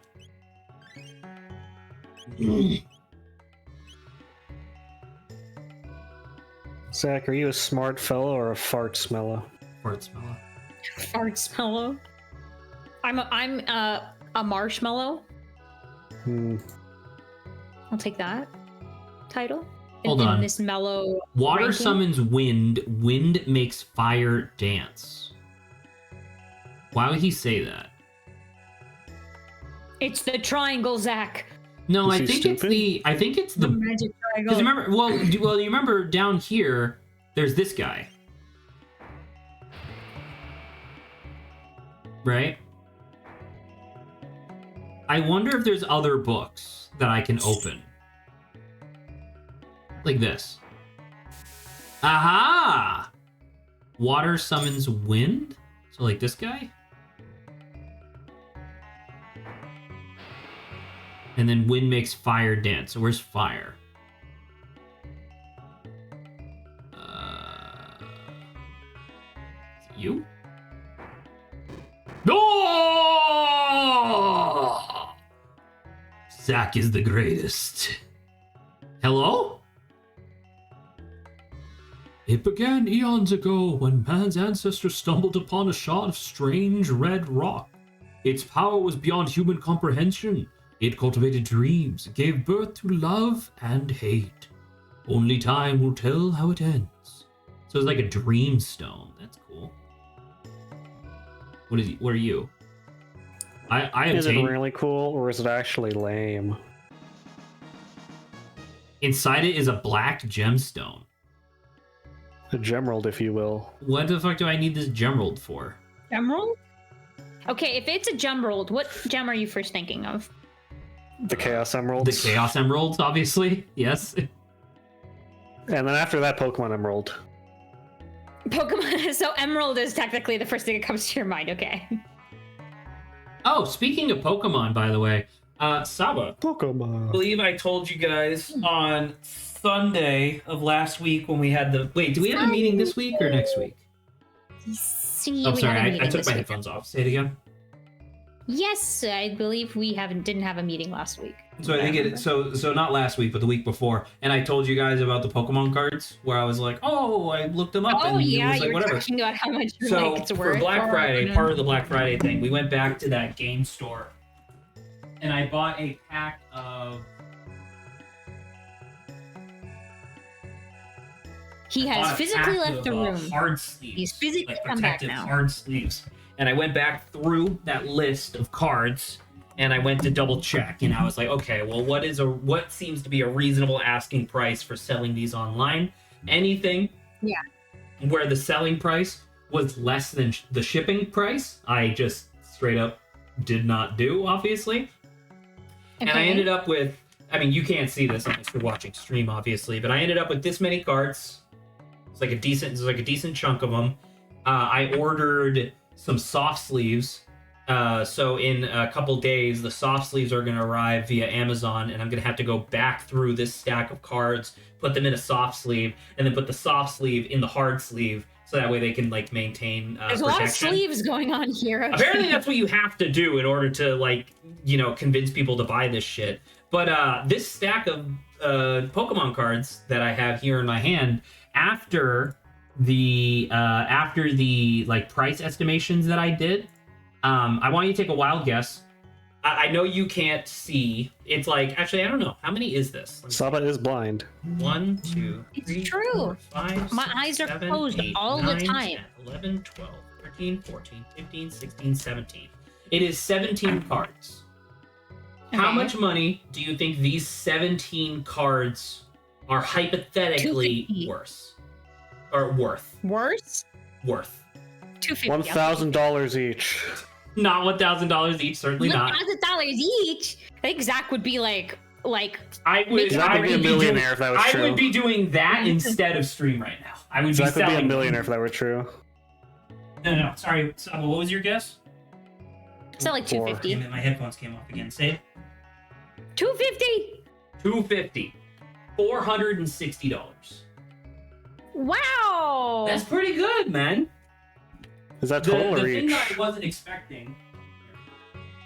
So essentially, what I thought initially was like, oh, clearly the things that people care about are either old cards or like powerful cards, right? So like old rare cards. Yeah, So like I very have like Groudon EX and Kyogre EX, the very first editions of these Pokemon ever getting okay, EX that's some cards. heavy hitters. Okay. So I got both of these, but these were just promos. Like these were things that you would get just in the special, like the Groudon and Kyogre like tins that they used to sell, essentially. These ones, for example. Well, these ones, for example, are $9 and $7 a piece. So it's like, oh, okay. So it's not like that much, right? This Kabutops that I got, $10. This is like an old from like the second second set of Pokemon cards and stuff, right? And so I'm not going to go through the whole list, but I was like, oh, okay, that's like fine. I think I already told you about the Snorlax EX, the one that's worth like $150 or whatever. But there were other ones in this where I was like, oh, that's probably not worth that much, but I'll double check just in case, right? So here's a couple of them. Give me 1 second. All right.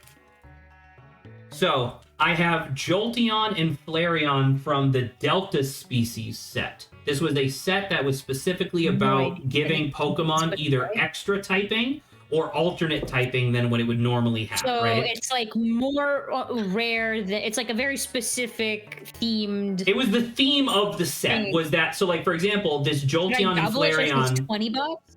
Sorry? They could double the you said 10, is it like 20? So you think maybe 20? Based on what I saw online, because so the thing is that competitively, apparently, these cards are much stronger than other variants because they have access to like different types than normal. And as such, both of these cards are $55. Ooh. And I was like, fucking hot damn, dude, $110 for just these two cards that I would like straight up. My initial assumption was that these weren't worth anything because they were just like, oh, it's just like a holographic Jolteon and Flareon. Who gives a shit? And then like the final one that I was gonna show off was this Torchic. This Torchic, who gives a shit, right? It's just a reverse hollow Torchic from I don't even know what year. It would have 2003. Who gives a shit, right? 45. You say 45. $4,000. Oh, sorry. This is the wrong card. This was $5. Sorry, I was looking at the wrong card. Oh.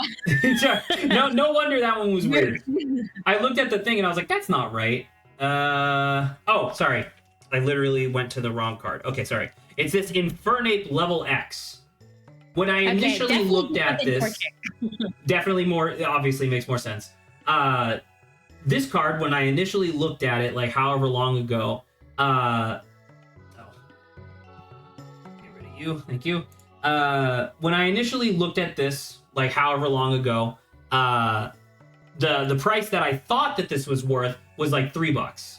I went back and I looked back at it again, and I realized that the copy that I had was actually of higher quality than I initially thought. So I was like, okay, so what is that selling at that quality? It went from like $3 or $4 to $25, and I'm like, fucking sick, you know? Now, obviously, there is a lot of headache that's going to happen in terms of like actually setting these up online and making sure, because like all the shipping and stuff is like, that's my responsibility to like take care of, and so that's obviously like a nightmare in and of itself. But hey, it's kind of cool. I just wanted to share. You should include a free bottle of your urine with each card that you sell. I will not do that. Oh my god, please. Oh, Why not? What do you mean? What do you mean? Why not? So Zach is not a man of the people. You could say that again. Zach is not a man of the P. You know what, Adrian? That's the most accurate thing you've said all day. Okay. Why is my controller? Did you manage to make it to the other island? I feel like No, I mean I started talking, but now I'm trying for whatever reason my my controller's connected, but it's not working with the it's just not working with the thing anymore. God damn it. All it's right. like you've been taking too long. Gotta reconnect. Yeah. Let's chit-chat Oh, this. scary noises. I don't know how much of this you could see. Absolutely nothing. Good. Let's keep it that way.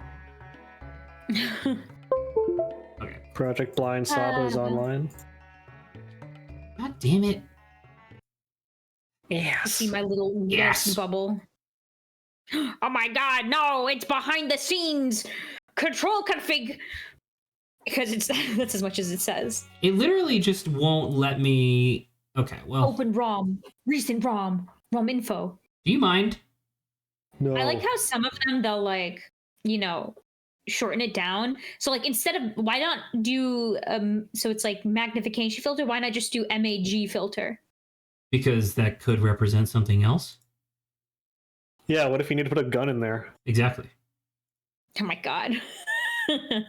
Use your brain, Saba. Think for 40 million seconds. You're right. It was bad example. Can you do bad it? Can you translate 40 million seconds into years for me, please? At least 3. He's right. He's right. You know. Get this man a true.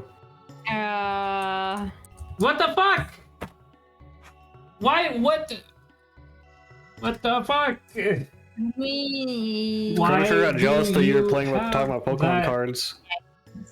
But it's apparently, years. apparently my nephew has my Blu-ray copy of Redline. What the hell? How does he get his on that? Gotta go take it back now. I don't know why he has that to begin with. Your nephew's like, this will mess with Zach. I'll steal this years ago. What the hell? I'll go back man? in time, just like Chrono Trigger. All right. The Zeal Palace. Am I gonna get stopped? Is anyone gonna be like, Stop right there, criminal scum.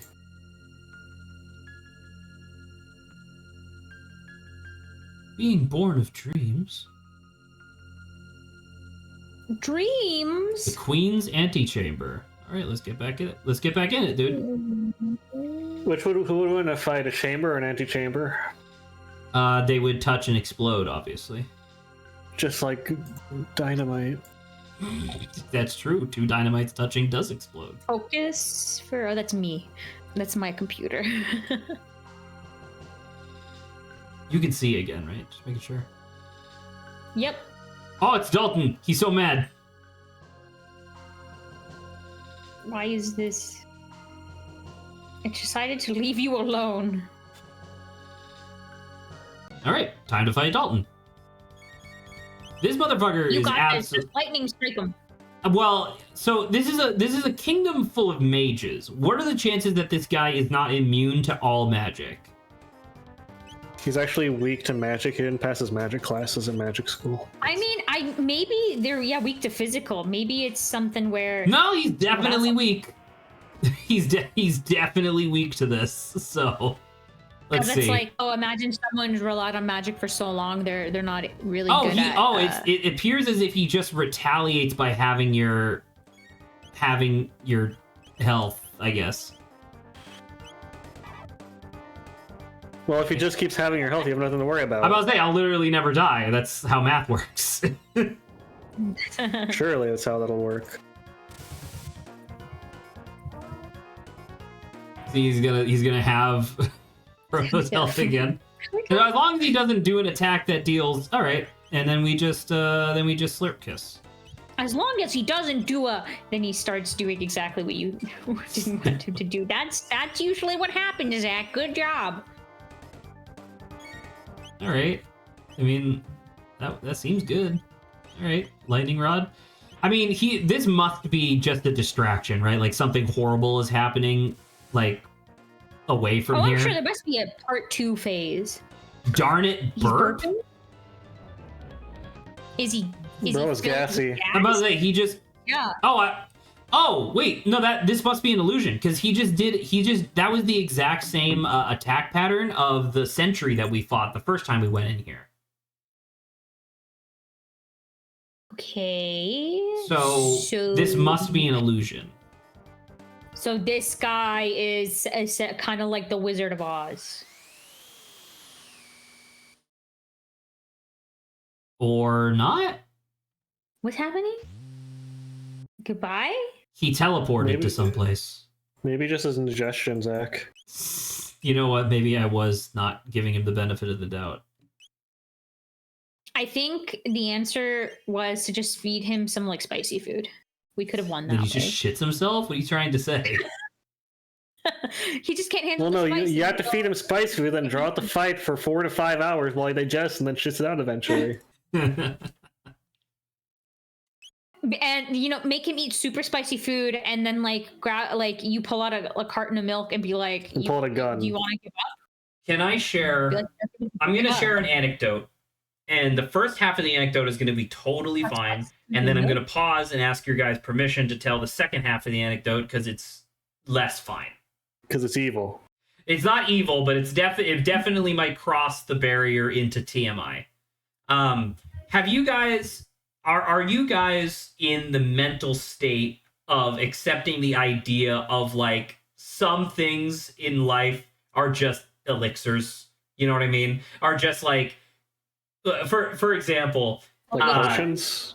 Yeah. Well. It's like, for example, there was like this joke going around the internet for a while that McDonald's Sprite can can clear your sinuses. You know what I mean? Or like a middle-aged black woman calling you sugar can cure you of depression. You know what I mean? Like these things just instantly heal you. That's just how life works, right? Like that words are elixirs too. Well, that's what I'm saying. Like certain things in life are just elixirs. They just solve your problems, right? You may or may not believe that. I will tell you I didn't necessarily believe this until I had firsthand experience, I suppose. When I was flying back from Oregon, I was wildly stressed because I was so worried about like messing up the Airbnb and missing my flight and what happens if like my rental car gets damaged, so on and so forth, right? Bunch of stuff. Excuse me. So I ended up leaving early for my flight or whatever. I think I ended up being 5 hours early for my flight. so I was just kind of like sitting there at the gate. Better to be 5 hours early than 5 hours late, I guess. Well, exactly, right? So I was 5 hours early. The long and the short of it, I was so stressed and so anxious the entire day that I left 8 a.m. Pacific time, landed back in North Carolina at midnight Eastern time, then stayed up to watch the Mike Tyson versus Jake Paul fight with my family because they were watching it when I got home. I did not go to the bathroom in 72 hours. Okay, dude. Ill advised. I was not intentional. That was not. I did not do that on purpose. I was just on the No Pee November challenge. Well, no, sorry. I did go number one. It was. I essentially am getting at number two. No poo November. Okay. No poo November. Exactly. I was extremely bloated and extremely uncomfortable for several days afterwards. Right. This is where the second half of the anecdote, where I will ask permission to continue, I guess. It's your channel. Shit as much as you want. All right. Well, I am then. My sister came over and she wanted to use diet A&W root beer as like a tonic for for alcohol. Okay. I feel like this is where the idea of an elixir comes in, because she had one left over and I was like, "Oh, can I have that?" And she was like, "Absolutely, sure." I took a couple sips of the A&W root beer. Keep in mind, I had been horrifically constipated and over bloated for days and days and days at that point. I had only been able to go number two like a little bit, so I knew that what was going on in my belly was not good at the time. I took 2 sips of that A&W root beer, and I guess in a literal sense, I shit you. Literally 10 minutes later, I was in the bathroom, and it felt like I had just cut my body weight in half. It was wild, because I had never experienced anything even remotely close to that before, and my only explanation was like, it must have been the root beer. Like, the root beer hit my system, and my body was like, "Oh, right, we don't need all this poo," and then it just got rid of all of it, like, all at once. And I was like, "Holy Christ, dude!" Like, I have never. Holy crap, one might say. The origin story of when Zach became a believer. A believer in real life elixirs. I am actually a believer in diet A&W root beer now. But the there you go. To kind of like punctuate just how intense of a situation this was for me personally, I have never been in a situation where I was actively going to the bathroom and felt obliged to flush the toilet while still using it. Really? I do that all the time because I hate clogging a toilet. That's never been a necessity for me before. You've never had a double flusher? They're like, well, I got to take care of part of this now. No, I have never had that. Wow. It's insane. Welcome to the club. Welcome to the club. To the root beer believers club. So, anywho, that was the anecdote. I just wanted to share that because I don't know. I was just thinking about elixirs. That was in my inventory. Inventory of stories. Your stories, if you will. So is elixirs things you normally don't like think could work, but people like swear like they work? What the fuck is that? I'm sorry. Did you just see the horrifying like underwater moon base? Underwater? Underwater moon. Well, moon base is a noun. Oh, there's a thing. Sorry, what was your question? Oh, it was, is... Lavos. Are elixirs, like, things that are unusual that people swear, like, work? Like, obviously, some people, like, eat Well, I mean, there's folk remedies and home remedies and stuff. Like, those are different. What I mean to say is that it's, like... in my mind, the definition of elixir that I'm functioning off of here, like, quote-unquote, real-life elixir, is something that is otherwise exceptionally innocuous. Right? Like me, like that trick that I do all the time where somebody has hiccups and then I ask them what their middle name is and then they stop hiccuping because their brain gets short-circuited. Like, that would be an elixir, because why would that work? Right? take like like if somebody has a cold and you give them ginseng or whatever, that's not an elixir because that's literally just like what it's for. Yeah, that's what I was thinking of. Yeah, because it's like obviously like certain things like, you know, certain fruits they're like, oh, this helps with this, but I'm like, okay, I think people know that, right? It's not like something it's like have a Slurpee and then suddenly your heartburn will go away. It's like something that's like really random. We all agree that ginger ale is an elixir, right? Ginger ale is pretty close, although I will say over the years ginger ale has benefited me less and less, and that makes me really sad. There's not enough actual ginger there to be like medicinal, I don't think. Well, no, because I mean, like I used to when I was a kid. Whenever I had like a tummy ache or whatever, I would, you know, take a couple sips of ginger ale over the course of like several hours, and that would like help. It would help like settle my stomach or whatever. Nowadays, it really just like I don't know. Maybe I'm just wrong, but it really just feels like ginger flavored carbonated water. Like I don't actually think they put any ginger in that shit anymore. I think part of it is just that your immune system might be getting less resilient as you're getting older. Nah, I don't think that's true. I think my immune system is absolutely flawless. Okay. I vomit. on his limited diet. Very flawless. You have a fucking problem? It's true.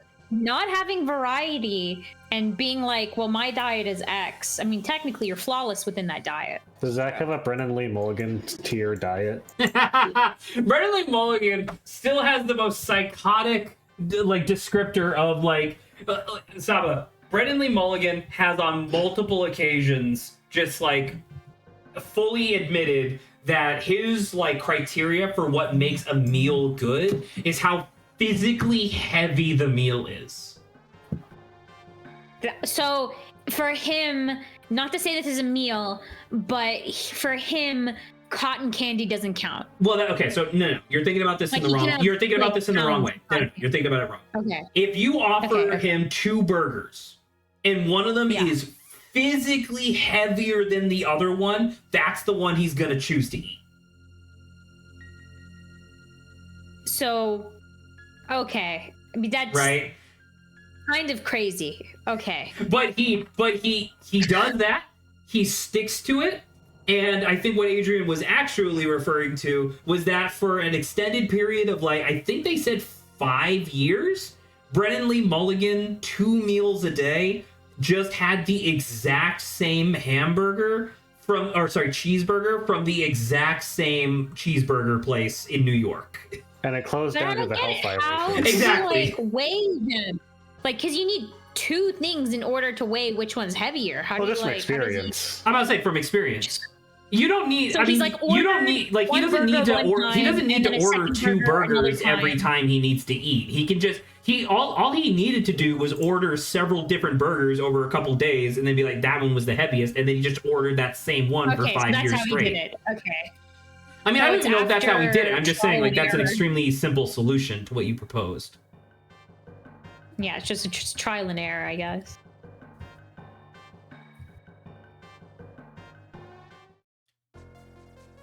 Still, in my opinion, the best episode of Gastronauts, by the way. It's up there. It's probably one of the better ones. Too many of the other challenges have been too restrictive, I guess, in my opinion. So the heavy one genuinely looked good. Like so Gastronauts is Dropout's like cooking show that they have now. It's like a pseudo comedy cooking show where the idea is that they have 3 panelists that are, you know, just college humor people, and then they have 3 like actual cooks like as a competition. The idea is that each panelist proposes a challenge. The 3 contestants participate in each individual challenge, so that's a total of 9 dishes. And then the judges vote on which competitor had the best like trio of meals overall, and then the competitors vote which judge had the best challenge overall, which is very fun. It's a very fun like double twist on the genre. But literally the very first challenge of episode 1 was Brennan Lee Mulligan being like, it needs to be heavy, period, and that was it. As the judge. Oh god. That was his whole thing, was that it needs to be as heavy as possible. And apparently, like, behind the scenes, they had a discussion about, like, well, what's stopping them from just piling a mound of food on a plate? It's like, okay, it has to fit into this. And it was like this giant Tupperware container, and it's like, your meal has to be able to fit into this and close fully. And one of the chefs just made the most fucking delicious, like, chicken parm I have ever seen. And it won by a landslide. That just seems like they succeeded on all fronts. Okay. And it was just good, man. It was good. They chose correctly with that first episode, man. And Lauren said it was good. I think. Have there been any other? I mean, I feel like every episode of Gastronauts had like one good challenge, and then the rest of them are kind of like, eh. You know, like, I know you don't watch anything because you're depressed or whatever, but did you see God, what's her name? The host of Dirty Laundry, what's her name? Lily Dew. Did you see Lily Dew's challenge where she was like, yeah, I want the driest meal possible? I did. Okay. I remember this. And I was like, how delicious. The driest meal. The crazy thing is, I'm you were not fucking with it. Fuck you. Wait a minute. Okay, if I were to say, well, listen. All right, listen. I like food with a crunch, and to achieve a crunch, you usually have to kind of dry. Okay. Okay. Well, now I'm not saying dry itself is what I want, but if it happens to be a rider for crunchy, I don't mind it. I do like where Adrian's thinking. My mind went to being like, okay. I'm just saying, I support Asian women, unlike you. Driest food or the wettest food? I don't support Asian women. Isn't the wettest food just soup? And then I was like, I don't even know if my question's legitimate anymore. Is the wettest food soup? It would definitely be of the same ilk. I feel like the wettest food would just be like water with like stuff in it, which I guess would be soup. So yes. Okay, so if I take out like soups and like actual literal liquids, would you prefer my challenge would never be wettest meal. So this is a non-starter question. So you're like a you're like, I don't care for any, I don't need my thing to be saucy. That's not what I said. That's not my challenge. Are you asking what Zach's challenge would be if he proposed a food challenge? That's not what I was thinking, but now I'm actually interested. I actually want to know now. Yes. Well, fuck. Topic. Branda? What would my challenge be? I don't know. Best pasta or something. Mine would be to make a dessert, but it's like, and it's normally when you get this dessert, it's extremely sweet. But I want you to like make it a savory not version? As sweet, but it for still to retain, because that's hard, because I'm talking normally like baking now, and baking's more of a science than it is like artsy startsy stuff. So it's like you have to make the dessert but make it like the sweetness very light. That's not funny though. I'm expecting them to fail. Because remember, the point of this show is that it is a comedy cooking show, so it's like it has to be a little bit funny. Okay, well now you're just doing like regular British Bake Off stuff, and you're not on the show at that point. I can tell you what my challenge would be right now. I want the greenest food you can get without using any dyes. Yo, that's pretty well. So you're getting a lot of vegetables.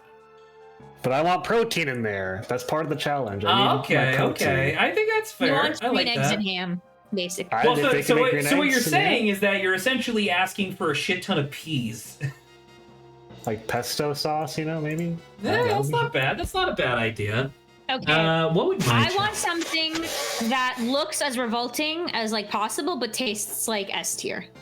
Sure, that could be a challenge. I can see that. Yeah, they would definitely. You want the Legend of Zelda like mistake food with the mosaic sensor over it, right? Yeah. Some people say when they look at what is it, American biscuits and gravy, they look like it's that's an example. Like the gravy doesn't look visually great, but it tastes amazing. At least it should taste amazing. What would it? So there's options. I don't know what my challenge would be. That's my funny answer, at least. Or that could be like, I need something that actively when you like plate it defies gravity, or looks like it defies gravity. I mean, I don't know about that. I don't know, because it's like I'm trying to think of like what, because that's the thing is that everybody's challenge has something to do with them in some way, or it's just like clever. Like I think Adrian's is genuinely Incorporate pasta as an ingredient, but it can't be the main ingredient. That's a side. Also, I changed my mind. I want my food to include a perpetual motion machine inside of it. Okay, great. So it's literally impossible. I don't know. I would like a meal based on pasta. The most embarrassing moment from your life. That'd be my challenge. Wow. I don't know, because I'm thinking about it. It's like, well, what is Zach known for? And it's like, Zach's known for a lot of things, but Zach is also known for like telling stories, and I think that'd be really fun. Things that are rotund. There you go. We got it. That's you know what? You got it. You got it. A corpulent it has to make by the definition. If you were to like say, here are 4, it's like the things where it's like here's cards with different shapes on it. Like what shape is the loneliest? You gotta be like these are 4 dishes. Food. Shape is the most rotund, or which dish is the most You're rotund. gonna a lot of meatballs. I'm about to say it's gonna be a lot of round foods, obviously, but I think Saba kind of hit the nail on the head in terms of like the spirit of the challenge, because that would definitely be it. We'd be presented with 3 meals, and it'd be like, all right, which one of these is the most rotund? You know what? Fuck it. Let's switch it up. Let's make a normally round food into another geometric shape, like another prism of some sort. I want a cube burger. Yeah. Oh, have you seen the video of that guy compressing burgers into cubes? I don't want this. It's a guy who made like a metallic press shape, and he just like presses burgers into really tiny cubes. And they keep breaking because of the pressure, and like he needs to like let a vent out or something. Shaped mac and cheese. There we go. But I need it to stand. I say it needs to be able to stand on something to retain its shape. Yeah.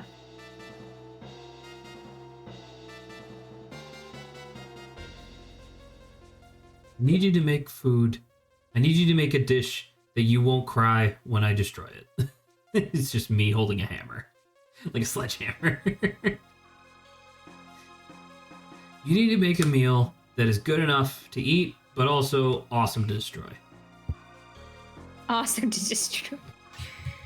I'm gonna, whatever your meal is, we're gonna eat it. It's gotta be delicious. And then I'm gonna smash it with this hammer. like I'm fucking, what's his face? Oh god, I hate this. Pressing a burger into cube. I wonder if that even still tastes good. I don't even... I mean, there are some like sandwiches that like if you just take like the middle of it, right? You make like I don't know if it's cube, but like you cut a square out of it. Those are tasty, but I guess burgers are weird. How about wait, would that even work? A cube hot dog? Sure, why not? I just feel like you won't get much bang for your buck in that case. I mean, it's already made of like rat intestines and pig like brain, so I don't think that's really a concern. Do you guys like eating shrimp shells? Shrimp shells? No. I don't even like eating shrimp. Apparently, I've been told that you can't eat that. I have never grown up eating that. So the shell's the best part, guys. It's delicious. I've been told by other people who say it's good. Apparently, it's good. It's never been a thing. So it's so good. You guys ever had Chinese fried shrimp? Nope. That I can confidently say I don't think so. It's really good. Hang on, I'll post a picture of it. Some people eat with the heads. I don't eat with the heads. My dad eats with the heads, but see also like the heads kind of freak me out. I like eating eyeballs, so that's reasonable. This shit is so good. Yeah, I don't think I've ever had that. Are you willing to try it, Saba? I'm willing to try just as long as you're fine with me not eating the head part. That's fine. You can bite the head off and then like spit it out on the side somewhere. My dad likes it. I think I'd be willing to try. There's like a couple of unusual things I'd be, I think, willing to try food-wise. This shit is so good, dude. Shit is so good. So I keep on saying for like, I'd like to try like chicken feet. That would be kind of interesting to try. Why would you want to try chicken feet? It's a Chinese common delicacy. After consuming way too much K-dramas. Can you define what delicacy means? It's popular. Yes. I guess In my head, delicacy means that food that is common in a culture but not common in other cultures. So delicacy just means that it's food? I always thought that delicacy meant that it was like delicious. So like, Well, I was gonna this say, is kind like, of what it looks like. like, Or it's very popular or very profound within a culture. I feel like that makes sense. It's a blank delicacy, or it's like. Well, I was saying, it's something that's like more like unique to that culture. Like I don't think there's a lot of cheese delicacies in Asia because like a lot of Asians just don't have cheese. Echo, Like, it Yeah, looks it's like that, Zach. I don't think that looks bad. What? Oh, the thing you just sent? That's what Yeah, chicken the feet. dish looks like. I'm like, I don't think it looks bad. I think it's a very nice picture. Zach is Zach Well- is not willing to. Look, I'm Zach, not really. I'm not. I Look don't at- think I'm gonna. I don't think I'm gonna bow to this. Zach, look at this man and his chicken feet that he made, and tell me that you're gonna say no to him after he offers you one. I'm definitely gonna. Like, say there's some no. other things that I'm just like. He some looks other to you things as like, he looks to you as like, I don't hey think Zach, I would made ever the, try. I made these chicken feet. I made them just for you. Have one, just one. What's his name? His name is Zach's #1 fan. Okay, I look Zach's #1 fan in the eyes, and then I dial 911. Oh my and I tell them this man is trying to kill me. Help me. The Now, there first are person some was a things, firefighter, and he comes over. He's like, "What's the problem here?" And you say that, and he's like, "Oh, let me be the judge." That yeah, that's when he falls over and dies.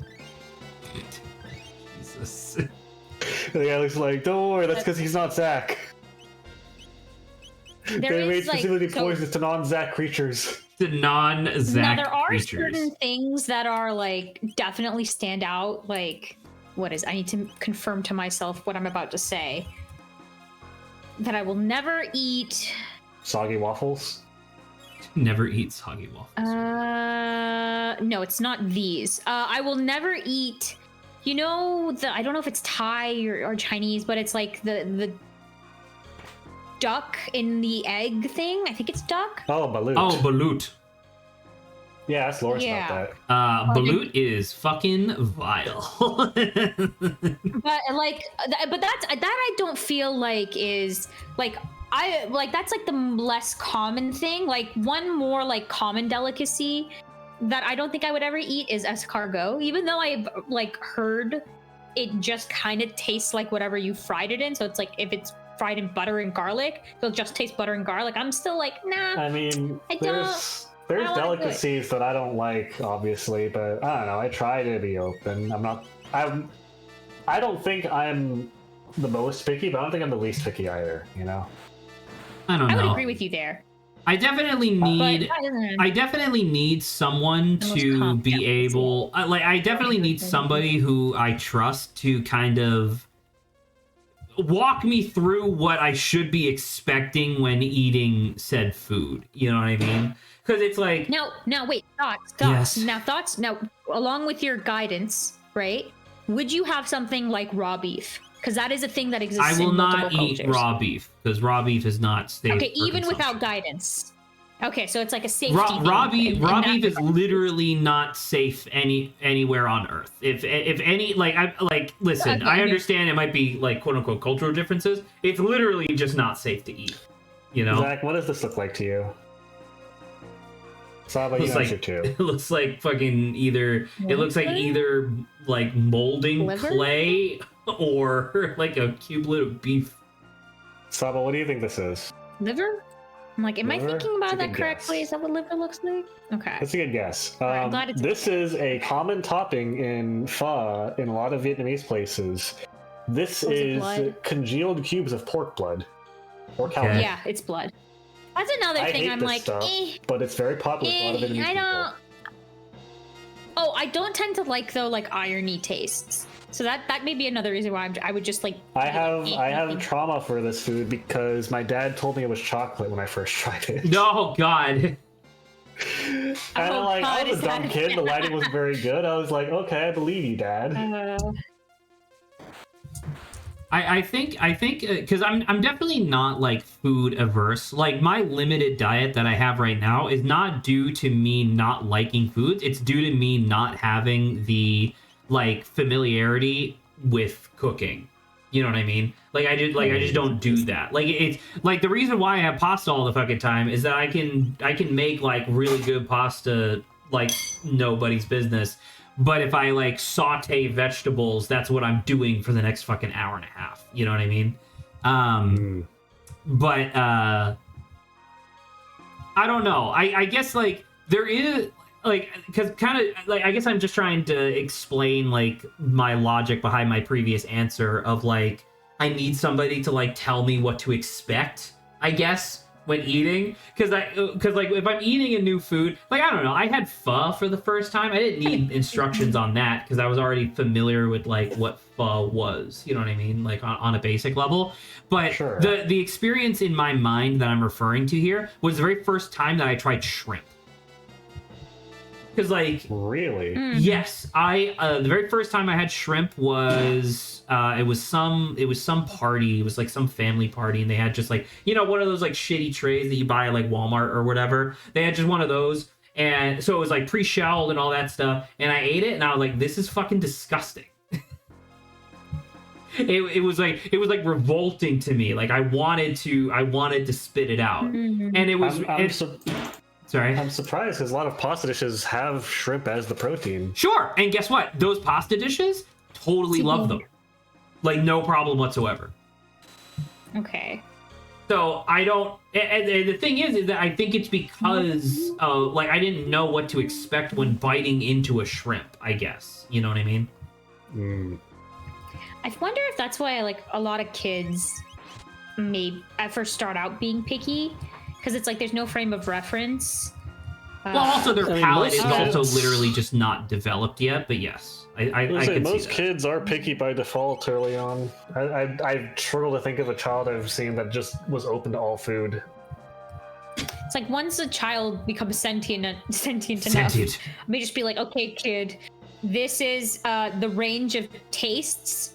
Right, like bitter, sweet, salty, and now every single time there's something new, I will tell you like what the base tastes like. If it's salty, sweet, and then like maybe I mean, that'll make like from I mean not to feed into your whatever here, but like from my perspective, what I would appreciate the most, like if Adrian were to like walk up to me and be like, hey, eat this, and it was clearly a chicken foot, I would expect, beyond anything else, I would expect Adrian to tell me like, oh, it's like blah, right? It's like this that I'm already familiar with, so I can have that as my frame of reference. Not like, oh, it's sweet. That's not helpful.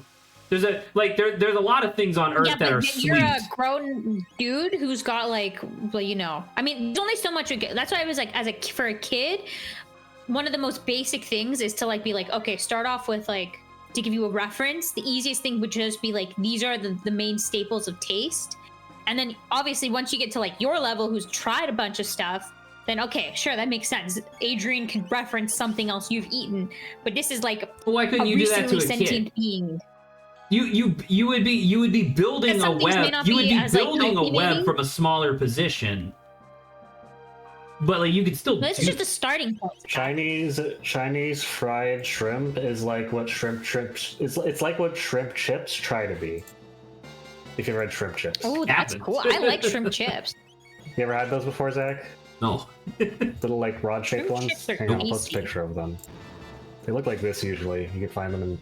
Oh, never mind. Yes. What kind of file did you send? I'll get another one. Because apparently Google didn't like pasting that one over. Here's. Oh, everybody's just getting like a new weapon. Although that's the stuff you find in grocery. You can also find them in like other markets. Look like this. So they have two main forms. Oh yeah, I've had the I feel like I've had ladder. This stuff tries to be Chinese fried shrimp, and Chinese fried shrimp is like this, except with also better, like thinner crunch and also meat. It's really good. They're tasty, so I can believe it. Anyway, that's my petitioning to get some Chinese fried shrimp because I want. I mean, one of the things that I'm like super excited about in Beaverton is that Beaverton has apparently one of the Pacific Northwest's best farmers markets. And so nice. Like I'll actually be able to get like I mean, it won't necessarily be like, a 5-minute walk from my apartment or anything like that, but it will be the sort of thing where it's like once a week I can stop by the farmer's market and actually get some fresh vegetables, Nice. That'd be really cool.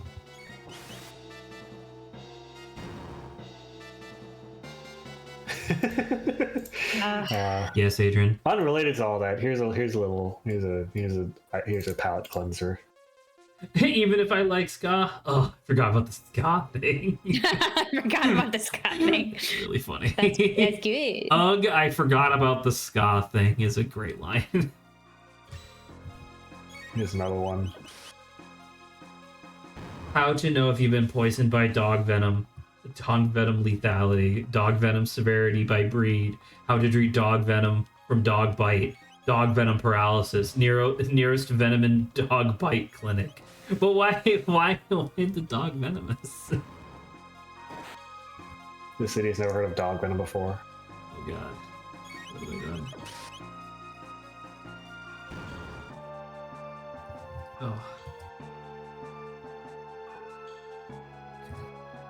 By the way, I don't know what this area is exactly, but it seems fucking incredible for grinding. Like, I'm getting shit tons of experience and then shit tons of TP just for, like, existing.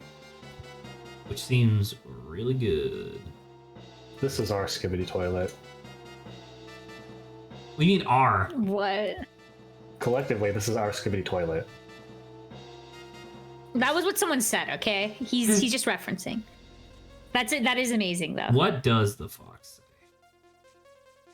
say? What? Pa-pow, pa-pow, pa-pow. In an effort to continue the ongoing chronicles of Zach has not had human experiences, how many school dances did you guys go to? 0. Okay, that's fair. I hate dancing. Including middle school? Don't Yes. include middle school? Yes. Okay. Saba's been to 17 No. each year. It's a 3, I think. Okay, I mean that's a decent answer. The reason I asked was that Kaiser arm. What? That must be Robo. It is. Okay, great. Hell yeah, dude. Kaiser arm. Holy shit. What? This is a really good thumbnail. 24 tricks to staying warm, and the guy's just hands on fire. Trick number 1, pyrokinesis. Yeah, sorry, to continue my thought. In Northern Lions stream the other day, the topic of conversation fell to pretty much what I just asked, which was like, how many school dances did you go to? Like, when you were still in school or whatever. And pretty much everybody, so they had a call of 5 people at the time because they were playing the new Mario Party. And 4 out of the 5 of them said, oh, well, I absolutely, I went to prom, obviously. And that sparked an immediate, 40-minute discussion of, well, what do you mean, obviously? Because, the other, oh. Hello, Jesse. I think I've been to, 6 dances. I think that's fair. You're also an aspiring DJ, so that makes sense that you'd be more comfortable in that scene to begin with. But the topic of conversation kind of fell to, what do you mean, obviously? Because, Northern Lion and 1 of the other guys, so 2 out of the 5, did not go to prom because they were just why? Why would we go? And I'm here to say as well, I also did not go to prom because I knew that prom was a big thing. And so I wanted to test the waters to be how would prom go if I were to go to prom? So I went to the Harvest Dance, and the Harvest Dance was fucking miserable. I hated that. Now I was way before that. I only took an interest in DJing in college. But it's other people. It depends on how cheery and other people are. It feels like sometimes when you're younger, people are just kind of awkward. I've seen, at a local community dance hall or whatever, just the like through the doorway crack, just a bunch of old people, but they're dancing and it looks like they're having a great freaking time. And it's just like, okay, imagine if you went to like a dance with people that had that level of like excitement. I'm like, it would have been probably way nicer, but that's really half the time not the case, it feels like, when it comes to when you're younger, in your teen years. I didn't go to prom because A, I didn't want to spend the money on tuxedo, and B, my friends weren't going either because none of us cared and wanted to stay home and play video games. But also, I realized that in order to counter Zach, I need to get into an influencer somewhere called like Southern Lion or Southern Tiger. What do you mean by this? Because Zach keeps talking about Northern Lion. I need to have a streamer I can talk about too called Southern Tiger. Well, I mean, I don't know what to tell you, man. Like, did you guys ever hear? Oh, there's Jesse. Hello, Jesse. Did you guys ever hear that really kind of depressing statistic, which is that on average your friends have more friends than you do? You ever hear that? How do you quantify that though? So it's actually more of just like a logic puzzle than an actual like mathematical equation. So the idea is that on average, the average person's friend has more friends than they do, because a person who is more sociable and having a larger friend group will have that connection. So essentially that friend, quote unquote, that has more friends than you do will oftentimes be the same person for a larger contingent of people, if that makes sense. So it's like they're that guy. Yeah, they're that person. They're like, oh, that's the guy who knows a bunch of people. They're the friend that kind of tips the average in the favor of people that you know more people than you do. And it's like it's a very interesting logical puzzle there, because it's like the point of the statement is not being like you're a loser. The point of the statement is more about like, oh, this is how like networking works. You know what I mean? That you're a loser. The point is that your friend is a winner. That's true. That is very true. That is exactly what the point is. Oh fuck. But yeah, so I don't know. I remember when I went to my harvest dance, I did get a tux. I rented a tux, and I remember that, I don't know, because I hate crowds. Like literally all I wanted to do was just kind of sit around, like have drinks and food, and then just like talk, obviously. What a surprise, right? Zach wanted to just talk. But I think the only two songs that I danced to were the one that my friend Brian, it was the song that he liked, and he was like, yeah, come on, and he like, you know, whatever. And I did the classic like I don't dance thing of just kind of like bopping back and forth while standing in place. And then obviously because of the era, everybody at Harvest danced to Gangnam Style. that was the only thing that I like voluntarily danced to at that party. And I fucking hated it. I thought it was terrible. Yeah. Well, I have to go now. My planet needs me, and also I need to get ready for a game I'm playing soon. Jesse, tag in. Oh, okay. I am. All right, goodbye. Bye, Did you guys have change the world? My final message. And then I die afterwards. Did you guys have like I think I remember it being called grad nights, but they're not dances. They're kind of like where you go. Okay, so you had one, Jesse. How was like yours? Normally there's like a extra cool thing they usually like invite to the grad night. Like my sister had like a zip lining or something like that. They brought zip lining to it. I think. Did you have anything kind of crazy? Ours had like 2 DJs, and then we had like one of those like rentable like video game trucks. Ooh, I think I remember having one too. I think for like the last 3 hours I played Smash. I think there was also a bouncy house. Okay. Bouncy houses are pretty good. Honestly, I wish they would make more bouncy houses where the openings like aren't super tiny because they're like clearly only children go into bouncy castles. Correct. Yes.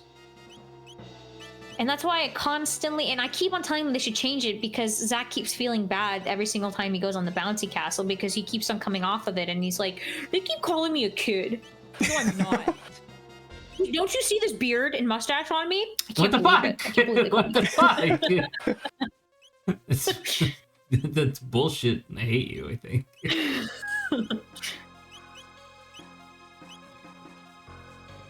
I think that's good. No bouncy castles. Ours was like a circus theme, so they had like a magician and like a couple of kind of circusy themed things. It's pretty cool. I'm about to say, we definitely did not have anything even remotely close to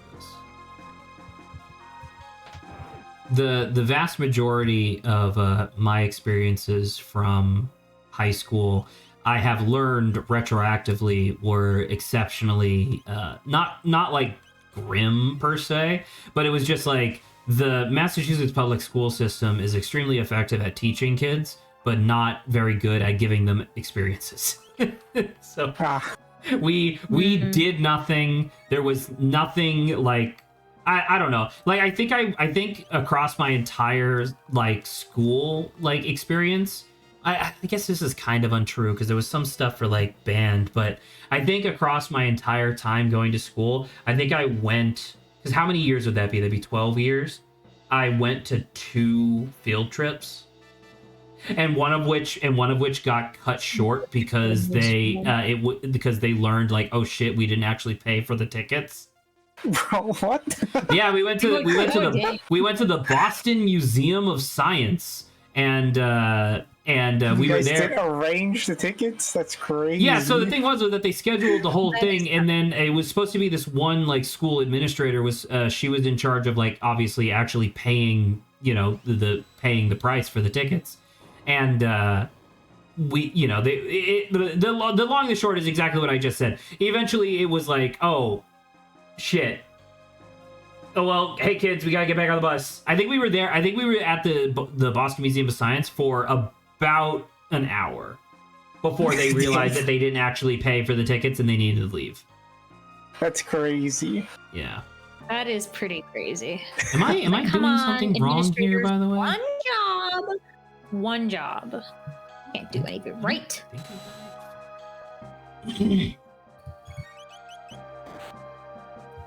I mean, there was a staircase, but I feel like there was a thing. Oh well.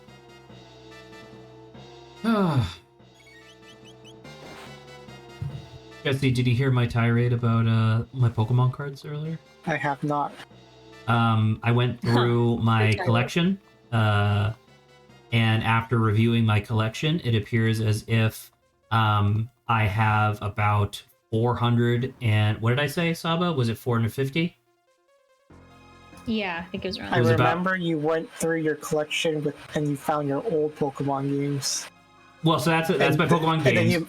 And then you mentioned the cards, but you didn't go over the cards yet. So my Pokemon games are still tightly taped up in a box labeled Zach's Games. Do not touch.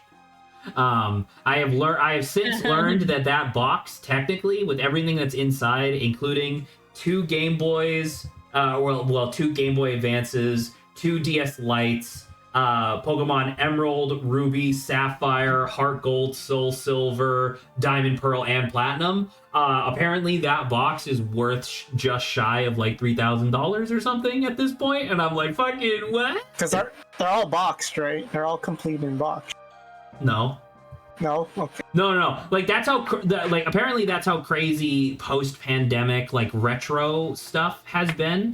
Yeah. Even out of box, heavily used shit's still selling for an incredible amount. But anywho, so the long and the short of it is that I went back through my Pokemon card collection, and anything that seemed even half decent, I set aside. And then a little while back, I was just going online to like a couple like websites that were considered to be like trustworthy in terms of like, you know, card resale, to see like, oh, how much is this selling for? How much is that selling for? Excuse me. And it appears as if the cards that I have set aside here in hard covers, in hard card sleeves, is about $450 worth. And I'm very excited. That's not too bad. I'm about to say, that's very much not too bad. So I don't know if I don't know, like, genuinely what I you try grading them. well, I'm definitely not going to do that because none of these are actually like pristine. These are like the by far the most valuable one that I have here right now is Rocket's Snorlax EX. Right? Apparently this card is really valuable because not only was it the ultra rare of that set, it's also extremely competitively viable. He has a ability, as long as Rocket Snorlax EX has a dark energy attached to it, remove 1 damage counter from this Pokemon between turns. So it's just like, essentially it's just healing itself for 10 damage every turn, and it has 100 HP just by default. But anyway, this card is apparently, even in its extremely subpar condition that I have it in right now, it's still $150. That's not too bad. That's pretty crazy. Cardboard. Excuse you, holofoil cardboard. Resale value, though it is like a little bit of a bummer when like people buy cards just for resale value, because it's like, at least for like Yu-Gi-Oh, because I just, like Yu-Gi-Oh for, sake of playing Yu-Gi-Oh. Like I when I open cards, it's to like, have fun and like make decks and stuff like that. But it is a little bit of a bummer seeing my people, argument, like, I guess, in how the much money context, can I make off of this? My argument in the context of both Pokemon and Yu-Gi-Oh would be that I feel the same, but only if the card game is actually good. Like the actual, like, Sure. Because I mean, if I don't care about any of the cards, sure. But I guess that's what I'm getting at, where it's just like, I don't know, like the thing that I like about Pokemon, like the thing that I'm obsessed with right now is full arts, dude. I fucking love just the aesthetic of full art Pokemon cards, and so I was thinking about like trying to start my own collection of full arts, but you have to have some sort of seed money, and hypothetically, $450 is half decent, I mean, but yeah. I know, like, you can try going to local card shows if they're around your area. Well, they will be when I'm in Beaverton. I live in North Carolina right now, and all we have here is domestic Don't you guys violence have and guns. Collecticon? I don't know. Collecticon over there? Maybe in Charlotte. Yeah, that might be it. I know that's one of the big events over Did there. you tell Jesse about the store, Zach? I think Jesse would be like, What store? Which store? the one that's like top to bottom filled the arcade with, store? That's not a store. That is you're talking about the pinball arcade and museum? Oh, Yeah, yeah. He told me about that. I believe Store. I did tell Jesse about that, yes. Yeah. Because on an evening where you were supposed to show up but didn't, Jesse just I randomly popped up. And And I kept that company. and Jesse just ended up like it just hung out for like 2.5 hours. We watched We watched a guy trapped in a basement. We watched a guy trapped in basement. True. Oh, lovely. All right. Well, Okay, so I clearly figured, I have hopefully just not done what I was supposed to do. So look, just to vocalize why I've been doing the same thing over and over. There's like a door. You can see it on the map. There's a door south of here. And so I was like, okay. Find a way to cross to get to the door. Well, so there was 3 buttons, right? And so I was like, okay, well, I'll go back, I'll press all 3 buttons, and I'll press this, and then, like, a path will open up or something. Clearly that is not the case. So fuck me. So I'm just gonna try to make progress and then just leave. But yeah, so I did tell Jesse all about the pinball arcade and museum. It was awesome. Has adventures in Oregon. Adventures in Oregon. Which will hopefully eventually be close to his every day in Oregon. I hope so. I mean, the plan, once again, the plan is to... So the move-in day has shifted slightly. Originally, it was the 20th of January. It is now the 18th of January. Because... I mean, that's by 2 days. Well, it's by 2 days, because what I realized was that so we're still planning on driving, hypothetically. Dad keeps proposing alternatives, so we might end up doing something else. But the plan is still to do like a cross-country road trip. And as such, with the cross-country road trip, if we encounter delays, Dad's like, oh, well, don't worry about it. We'll just, pull into a hotel parking lot and we'll be fine. And I was like, okay, well, but we can't be a day late because the 20th is Martin Luther King Day, which is the day that I have off. So we can't be a day late if that happens. And so Dad was just like, okay, well, why don't you just tell them that you're moving in earlier? Because, like, you don't have to be in your apartment on move-in day. It's just that that's the first day that you're allowed to pick up the keys. And I was like, oh, you're a genius. so I shifted the move-in day. You're a genius. So I shifted the move-in day to the 18th instead. Very cool. I think that's really So cool. you finally decided on where you're staying, huh? Well, so right now, what's happening is that there are two places. I think it's the same thing as what I told you before. There are two places that are kind of tied in my mind. And what I told both of them, I told both of the leasing agents, like, hey, I'm going to be checking.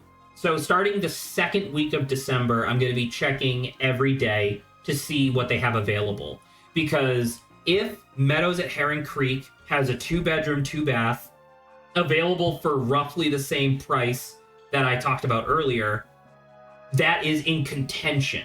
There's a debate that could be had between that and Center Point. However, if the price goes back to normal, which would be about $2,000 to $2,100, right? If it goes back to normal, I'm just gonna go to Center Point. So, like, essentially, Center Point is like my base, like that is the default. But I'm waiting to see if the price for Heron Creek goes up. And if it doesn't go up, then that is a very interesting thing. Because, hey, a 2-bedroom, 2-bath, it's like it's just going to be me living there. But that just means, like, You can have guests over and have them stay over. Well, I mean, what I was saying was I could use the extra room as an office. True. Yeah, screw guests. They can sleep on the couch. I mean, literally, yes. What, you expect me to have a whole second bed? Yeah. If the bed was already there, what would you say? Well, that's not how apartments work, so I would say, wow, who left this here?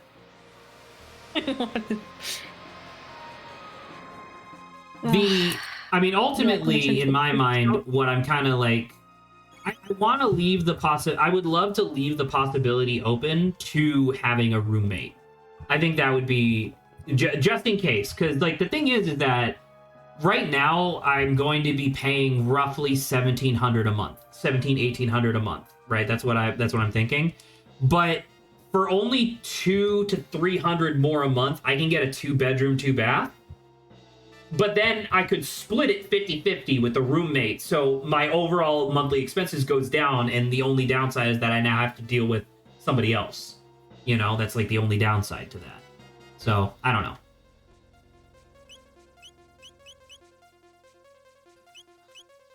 Ooh, is it you? Well, hopefully, yeah, you get what you want. Thank you, Sab. I appreciate that. Let's do this. Holy fuck! Sorry, I didn't realize Cure 2 did 650 healing. Holy Christ. That's a lot. That's more health. Well, I guess the only person it would be Chrono would be the only person who would be able to overheal that. Oh, not even. Sorry, Isla. Why is Isla so tough, dude? That's what happens when you don't fight have magic. dinosaurs all day.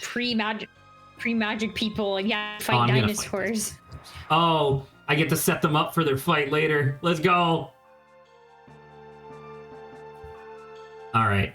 So they're going to do a big combo attack, and it's going to suck a lot. But in the meantime, I'm going to do this, and hopefully they'll just die. Oh, fuck. Uh-oh. I was just thinking, if certain, like, architectural styles and, like, whatever their attachments or decorations are were to come to, like, life and you would have to fight them, I think this would be the first time I would say I do not want to fight more, like, older Gothic kind of styles, because they've got, like, all these, like, gargoyles and all these, like, crazy decorative attachments that I think would kick my butt. So I'm pretty sure I would choose On a Or literal the level, I land. feel like any architecture coming to life would kick your butt, but I understand what you're getting at. Only then will I go to buildings Is there that are just boxes. any living architecture that wouldn't kick your butt if it came to life? Like if maybe it's a at, like, straw a giant house. scale, I guess. Yeah, probably. I'll just like I'll like stay like 50 feet behind a wolf, and then it'll be like game a wolf. game house, game straw house. You wouldn't dare. Keeps it much. Chelsea, did you nominate anything for the Steam Awards? That's a good question. No, Why? No. because Well, It's you just know, like- I guess I could. You I guess know what I'll nominate Bellagio. I'm about to say, you know what's game of the year, obviously. Well, there we go. We got our Bellagio answer. gets nominated. Bellagio becomes free to play. Well, did you? Well, You did you see the post by Local Thunk? No. Within 48 hours of the reveal of the Game Awards nominations for Game of the Year, apparently Balatro, well, the long and the short, after Steam's cut of 30% and then after tax, within 48 hours, he made $4 million on new sales of Balatro. I think he's set. Even if he made it free, I think he's like Genuinely, he's I done think it. he could. I think he could make it free forever, and he would still be totally fine. You can make it free with paid DLC. He keeps talking about how he's still working on the DLC, and I'm like, fuck yeah. I said Because it I feel before. like people will pay for the paid DLC if it's free. I would. Well, listen. Yes. You know what I nominated, because he did like a poll, or not a poll, but like an open whatever, just like what would you want to see as like a Joker on the subreddit. You want to know what I said? I want a legendary Joker that makes it so that way you can play 6 cards instead of 5. Yo, Right? How sick would that be? true, And- that's just the logical next step. double triple, right? First off, triple doubles, double triple, 6 of a kind, right? Like, it's obviously a lot of extra work would have to go into like making all that like happen, but I think it'd be super worth it.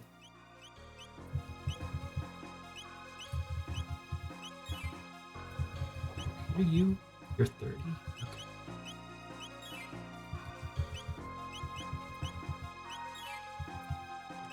Frog. I need more dual techs with Luca. She's not really doing a whole lot right now.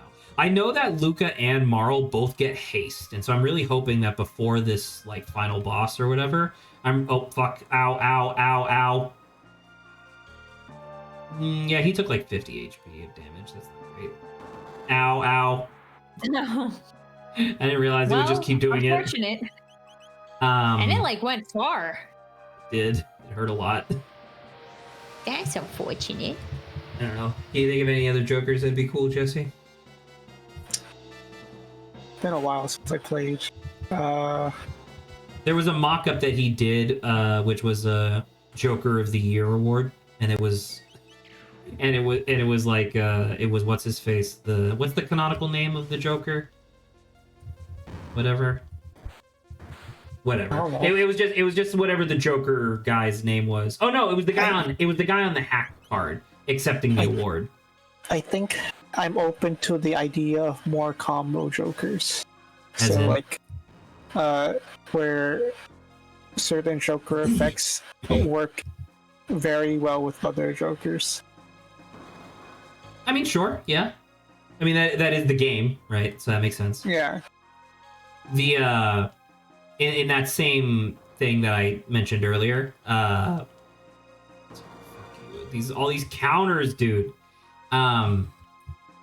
In that same thread that I talked about before, obviously my comment got literally no attention, despite obviously me thinking that it was like the best idea ever. Probably because it's such an easy idea, right? Like everybody thought of it. Yeah. This one guy was like, I I would love a Joker that unlocks specialty cards, where it would be stuff like Uno Reverse, Draw 2, right? And then like his thing was like, it would be awesome if the rarest one. So like if you open those card packs that are like get standard cards or whatever, right? He was like, it would be awesome if like the legendary like most rare cards in those packs were the pieces of Exodia. And so if you played a hand that was all 5 pieces of Exodia, you just won. Yeah, That would be sick. I think that would be. I think that would be crazy. So I think that'd be really cool, because I don't like, once again, like no one knows what the DLC will entail, but I think that would be insane.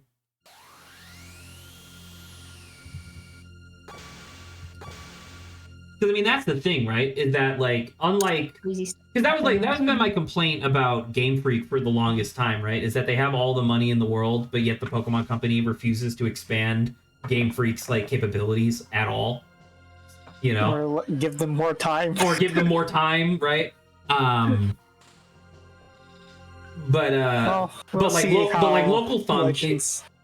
Well, we'll see. I want to make a bet with you right now, Jesse. I'll bet you a single shiny quarter that Pokemon Legends Z to A or whatever, Z and A, is gonna be exactly the same like hideous dog shit that Legends Arceus was. Well, I mean, they were given an extra year to work on it, so wasn't Legends Arceus. Legends Arceus was supposed to come out a whole year ahead of time, and they delayed it. And true.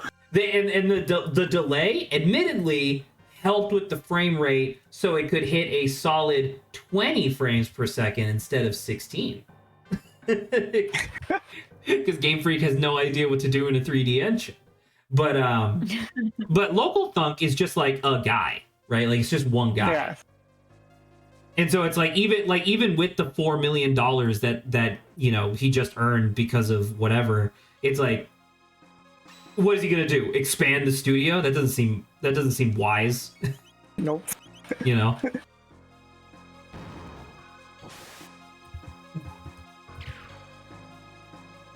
Shoot him in the fucking skull. Oh, by the way, because I know Saba hasn't, because she doesn't actually participate in gaming culture. Jesse, have you seen anything about the Bazaar? What Bazaar? It's a card game. Well, auto battler, I guess. No. Do you know who? Do you know who Firebat is? No. You know who Raynad is? That sounds familiar, but I don't remember where I heard that from. Okay, because those are the same person. Okay. Yeah. So Firebat is what he used to be called when he was a Hearthstone esports professional. And then his online moniker is Raynad, right? The over-under is that, I don't even know how many years ago at this point. So we had this like professional team called Tempo Storm. Yes. I remember Tempo Storm. Like 7 years ago, he stepped down as like the owner and manager of Tempo Storm in order to start working on his own personal project, right?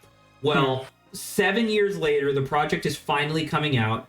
It is nothing like it originally was. Like, originally it was supposed to be like, essentially, I'm going to make my own Hearthstone with blackjack and hookers. You know what I mean? Like, that sort of thing. Because he was always so frustrated by Hearthstone, and he was like, there's so many simple things that they could do to make it infinitely better. So I'm going to do it myself, right? But the long and the short of it is that the Bazaar is finally coming out. It's coming out in January, I want to say, for free. Like, it's a free-to-play thing where you can buy the in-game currency. The reason I'm talking about it now is not because I'm like, oh, you should check it out or anything. It does seem pretty good, but I wanted to convey, and I guess Saba can pitch in on this too if she wants, but I wanted to convey that I am very wary of the Bazaar because 3 years ago, Raynad was super, super vehement on the idea of like, the Bazaar is going to be hooked into all the cryptocurrencies. Like essentially what he was saying, essentially what he wanted was he was like, oh yeah, all of the in-game currency. So there's in-game currency you can buy, and then in-game currency that you earn. That currency that you earn is crypto that you can then sell on the crypto marketplace if you want, right? And it was like, that's disgusting, right? Well, obviously the crypto hype started dying off. Yeah. Right as NFTs. And so it became this thing where he was like, where he then jumped in and he was like, oh yeah, anything you get. So the Bazaar is an auto battler where the idea is that you have this tableau of items in front of you. His thing was like, oh yeah, some items will have a special modifier on them that makes them stronger than normal. Those ones will be tied to your account if you win the game. Like if you win all 10, like i.e. you never like die, you get to keep that item, and then you can keep that as an NFT. And you can keep it between runs, right? And it was like, disgusting, right? Eventually, he did kind of back away from both of those ideas, and then he just went back to, you know, the Bazaar being like its own thing. However, you could probably see where I'm going with this. Apparently, last year, he laid off. So the long and the short of it, he never actually had like an official studio working for him. He essentially just had like an endless string of like independent contractors that were working on this project. And last year, he stopped hiring new artists, but paid for the highest level subscription to like AI image generation stuff. Oh no. And so the thing is that all the stuff that's in the game right now is really good. And so what he said is, I'm not using it for anything right now, but if I were to use it, I would just train the AI based on the art that I already paid for. And it's like, I don't know about that. We'll see, I guess. So the idea right now is that there's a beta that's available for like essentially streamers, where like people of privilege get access right now, and then they get keys that they can give out to people, or you can pay $30 to get the game right now. Right now there are 3 characters that you can play as. There's like the basic character, the alt character, and then like the weird character. And Raynad has said on multiple occasions that there's 3 other characters that are going to be coming out eventually. There's an engineer, an adventurer, and then a chef lady. Like that's their theming. Which is all like well and good, right? But there's a shit ton of art. Like Raynad has spent millions and millions of dollars out of pocket paying for this project. So in a literal sense, I hope it's successful, because the game does seem to be really good. But I am just really wary of the idea of like, well, I already paid for all this art. Why not just generate more for free? The ethics. You know? Where it's like, listen, I understand where you're coming from, because you're already like, what, millions and millions of dollars in the hole here. But at the same time, like, I don't know if this is it, Chief. So. Yeah. The ethics question. Well, because that's the thing, right? So generating images based off stuff that's just trawled from the internet is obviously unethical, because that's literally just stealing other people's art without their permission, right? Training it to do stuff that's that like you've been working on, right? I guess like major studios like do that already. So it's but the difference there, in my opinion, is that the studio, the entity, has not made that art. It's artists that have made that art, right? So it's like, I guess in my mind, I think that Raynad is still planning on doing something unethical, but he did directly pay for this art on a one-on-one transactional basis, right? Because Blizzard, having all of these extremely good artists producing all of this art for decades at this point, that was not like the agreement, I guess, legally, at least in my mind. Like, I know in a literal standpoint, it's like, yes, Blizzard now owns the art that you produced. But it's not like Blizzard sat down and was like, okay, we want this piece of art and we will pay you this much for it, right? Right. Whereas that's exactly what Raynad. Yeah. Excuse me, that's exactly what Raynad did. Right. Where Raynad sat down with like the same like 20 or 30 artists and were like, all right, this is what I'm thinking of. I want you to make this, you know? So. Anywho. This is obviously just me trying to kill time until I end of stream, by the way. Is anybody putting up their Christmas tree tomorrow? I already put it up.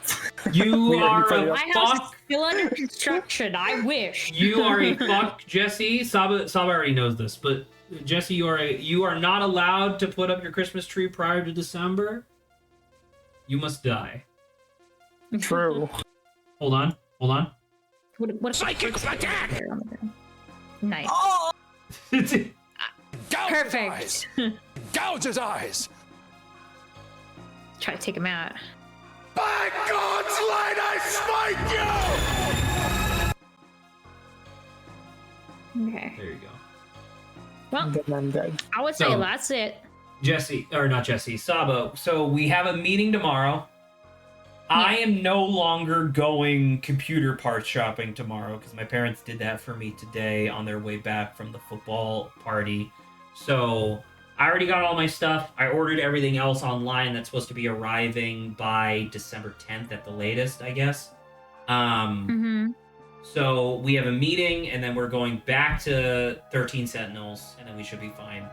The only thing that I kind of wanted to talk about a little bit here at the end of stream was just trying to plan. So obviously, I don't think we're going to be because when is Christmas, right? Christmas is a Wednesday, right? Yes, Christmas is a Wednesday. That's unfortunate. Yes. So yeah, which New Year's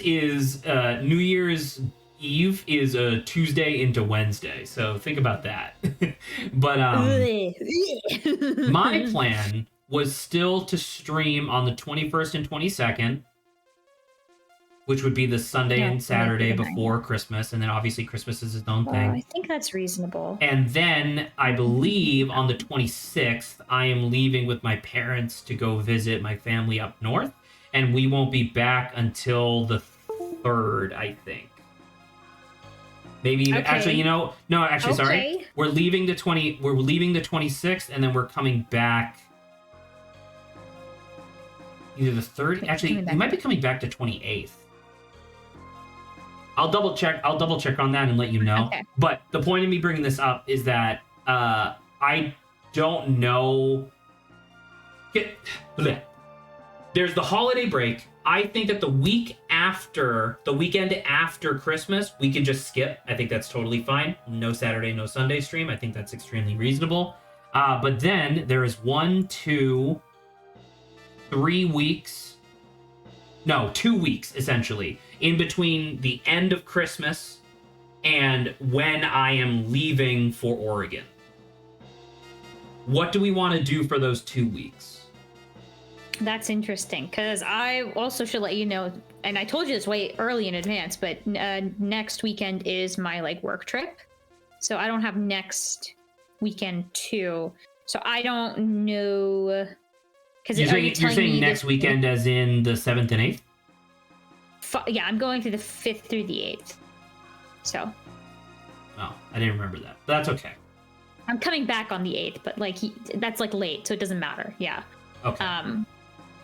So that would give us, literally the middle week, right? The midweek. Well, we would still have December. the weekend of the 14th, the weekend of the 21st. My headphones decided to die right now.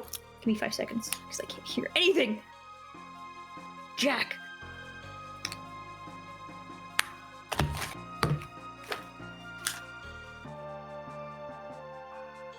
So we have 1, 2, 3, 4. So we have 4 weekends until I'm in Oregon. Okay. So yeah, we would only have the midweek. No, we have 2. Never mind. We've got 2 weeks in December. 2 weeks in December and then 2 weeks in January prior to me being in Oregon. And hopefully by that time, all of my internet and power would be set up already, so then I could just stream in Oregon. Yeah, sure. Oh, do you want to? I guess you should discuss whether or not you would want to make any adjustments to when we start time. That would be something that I would probably tackle during Christmas break. Okay. You can think Because about like the it. reason why we start at 4 p.m. your time is just because I can't go to 1 a.m. my time. But if I'm on the Pacific Coast, then that wouldn't be a problem. Obviously. Yeah, so we can figure out how to shift time. You can ask some of the guys in tomorrow's meeting, or at least Grant, I guess. But also, I mean, Grant would have back, to participate in stream in order for that to make any sense. But the so I think we'll do that. The actual question that I was asking was, what do you want to do with those 2 weeks between Christmas and me leaving? Like, do we want to just continue doing Chrono Trigger and 8 and 13 Sentinels, or do we want to do something like a little askew? Just because it's going to be 2 weeks, and I don't know when I'll be back. Unless you have like holiday-related stuff. Well, wouldn't we do that before it's fine Christmas? to just... Okay, you're not talking about the 2 weeks. Okay, you're talking about after. No, because remember, the weekend Yeah, it's after late. Christmas, I am gone. Yeah. Yeah. So, I mean, I guess we could just keep going. I don't really think we've got other stuff that would make sense, at least that I'm aware of. I think that's fair. All right, cool. In that case, I think we're all set. Oh, all right. Very cool. Well, good night, Saba. Good night, Josie. Thank you for stopping by. Yep. Thanks, everyone. Bye-bye. Bye. Goodbye.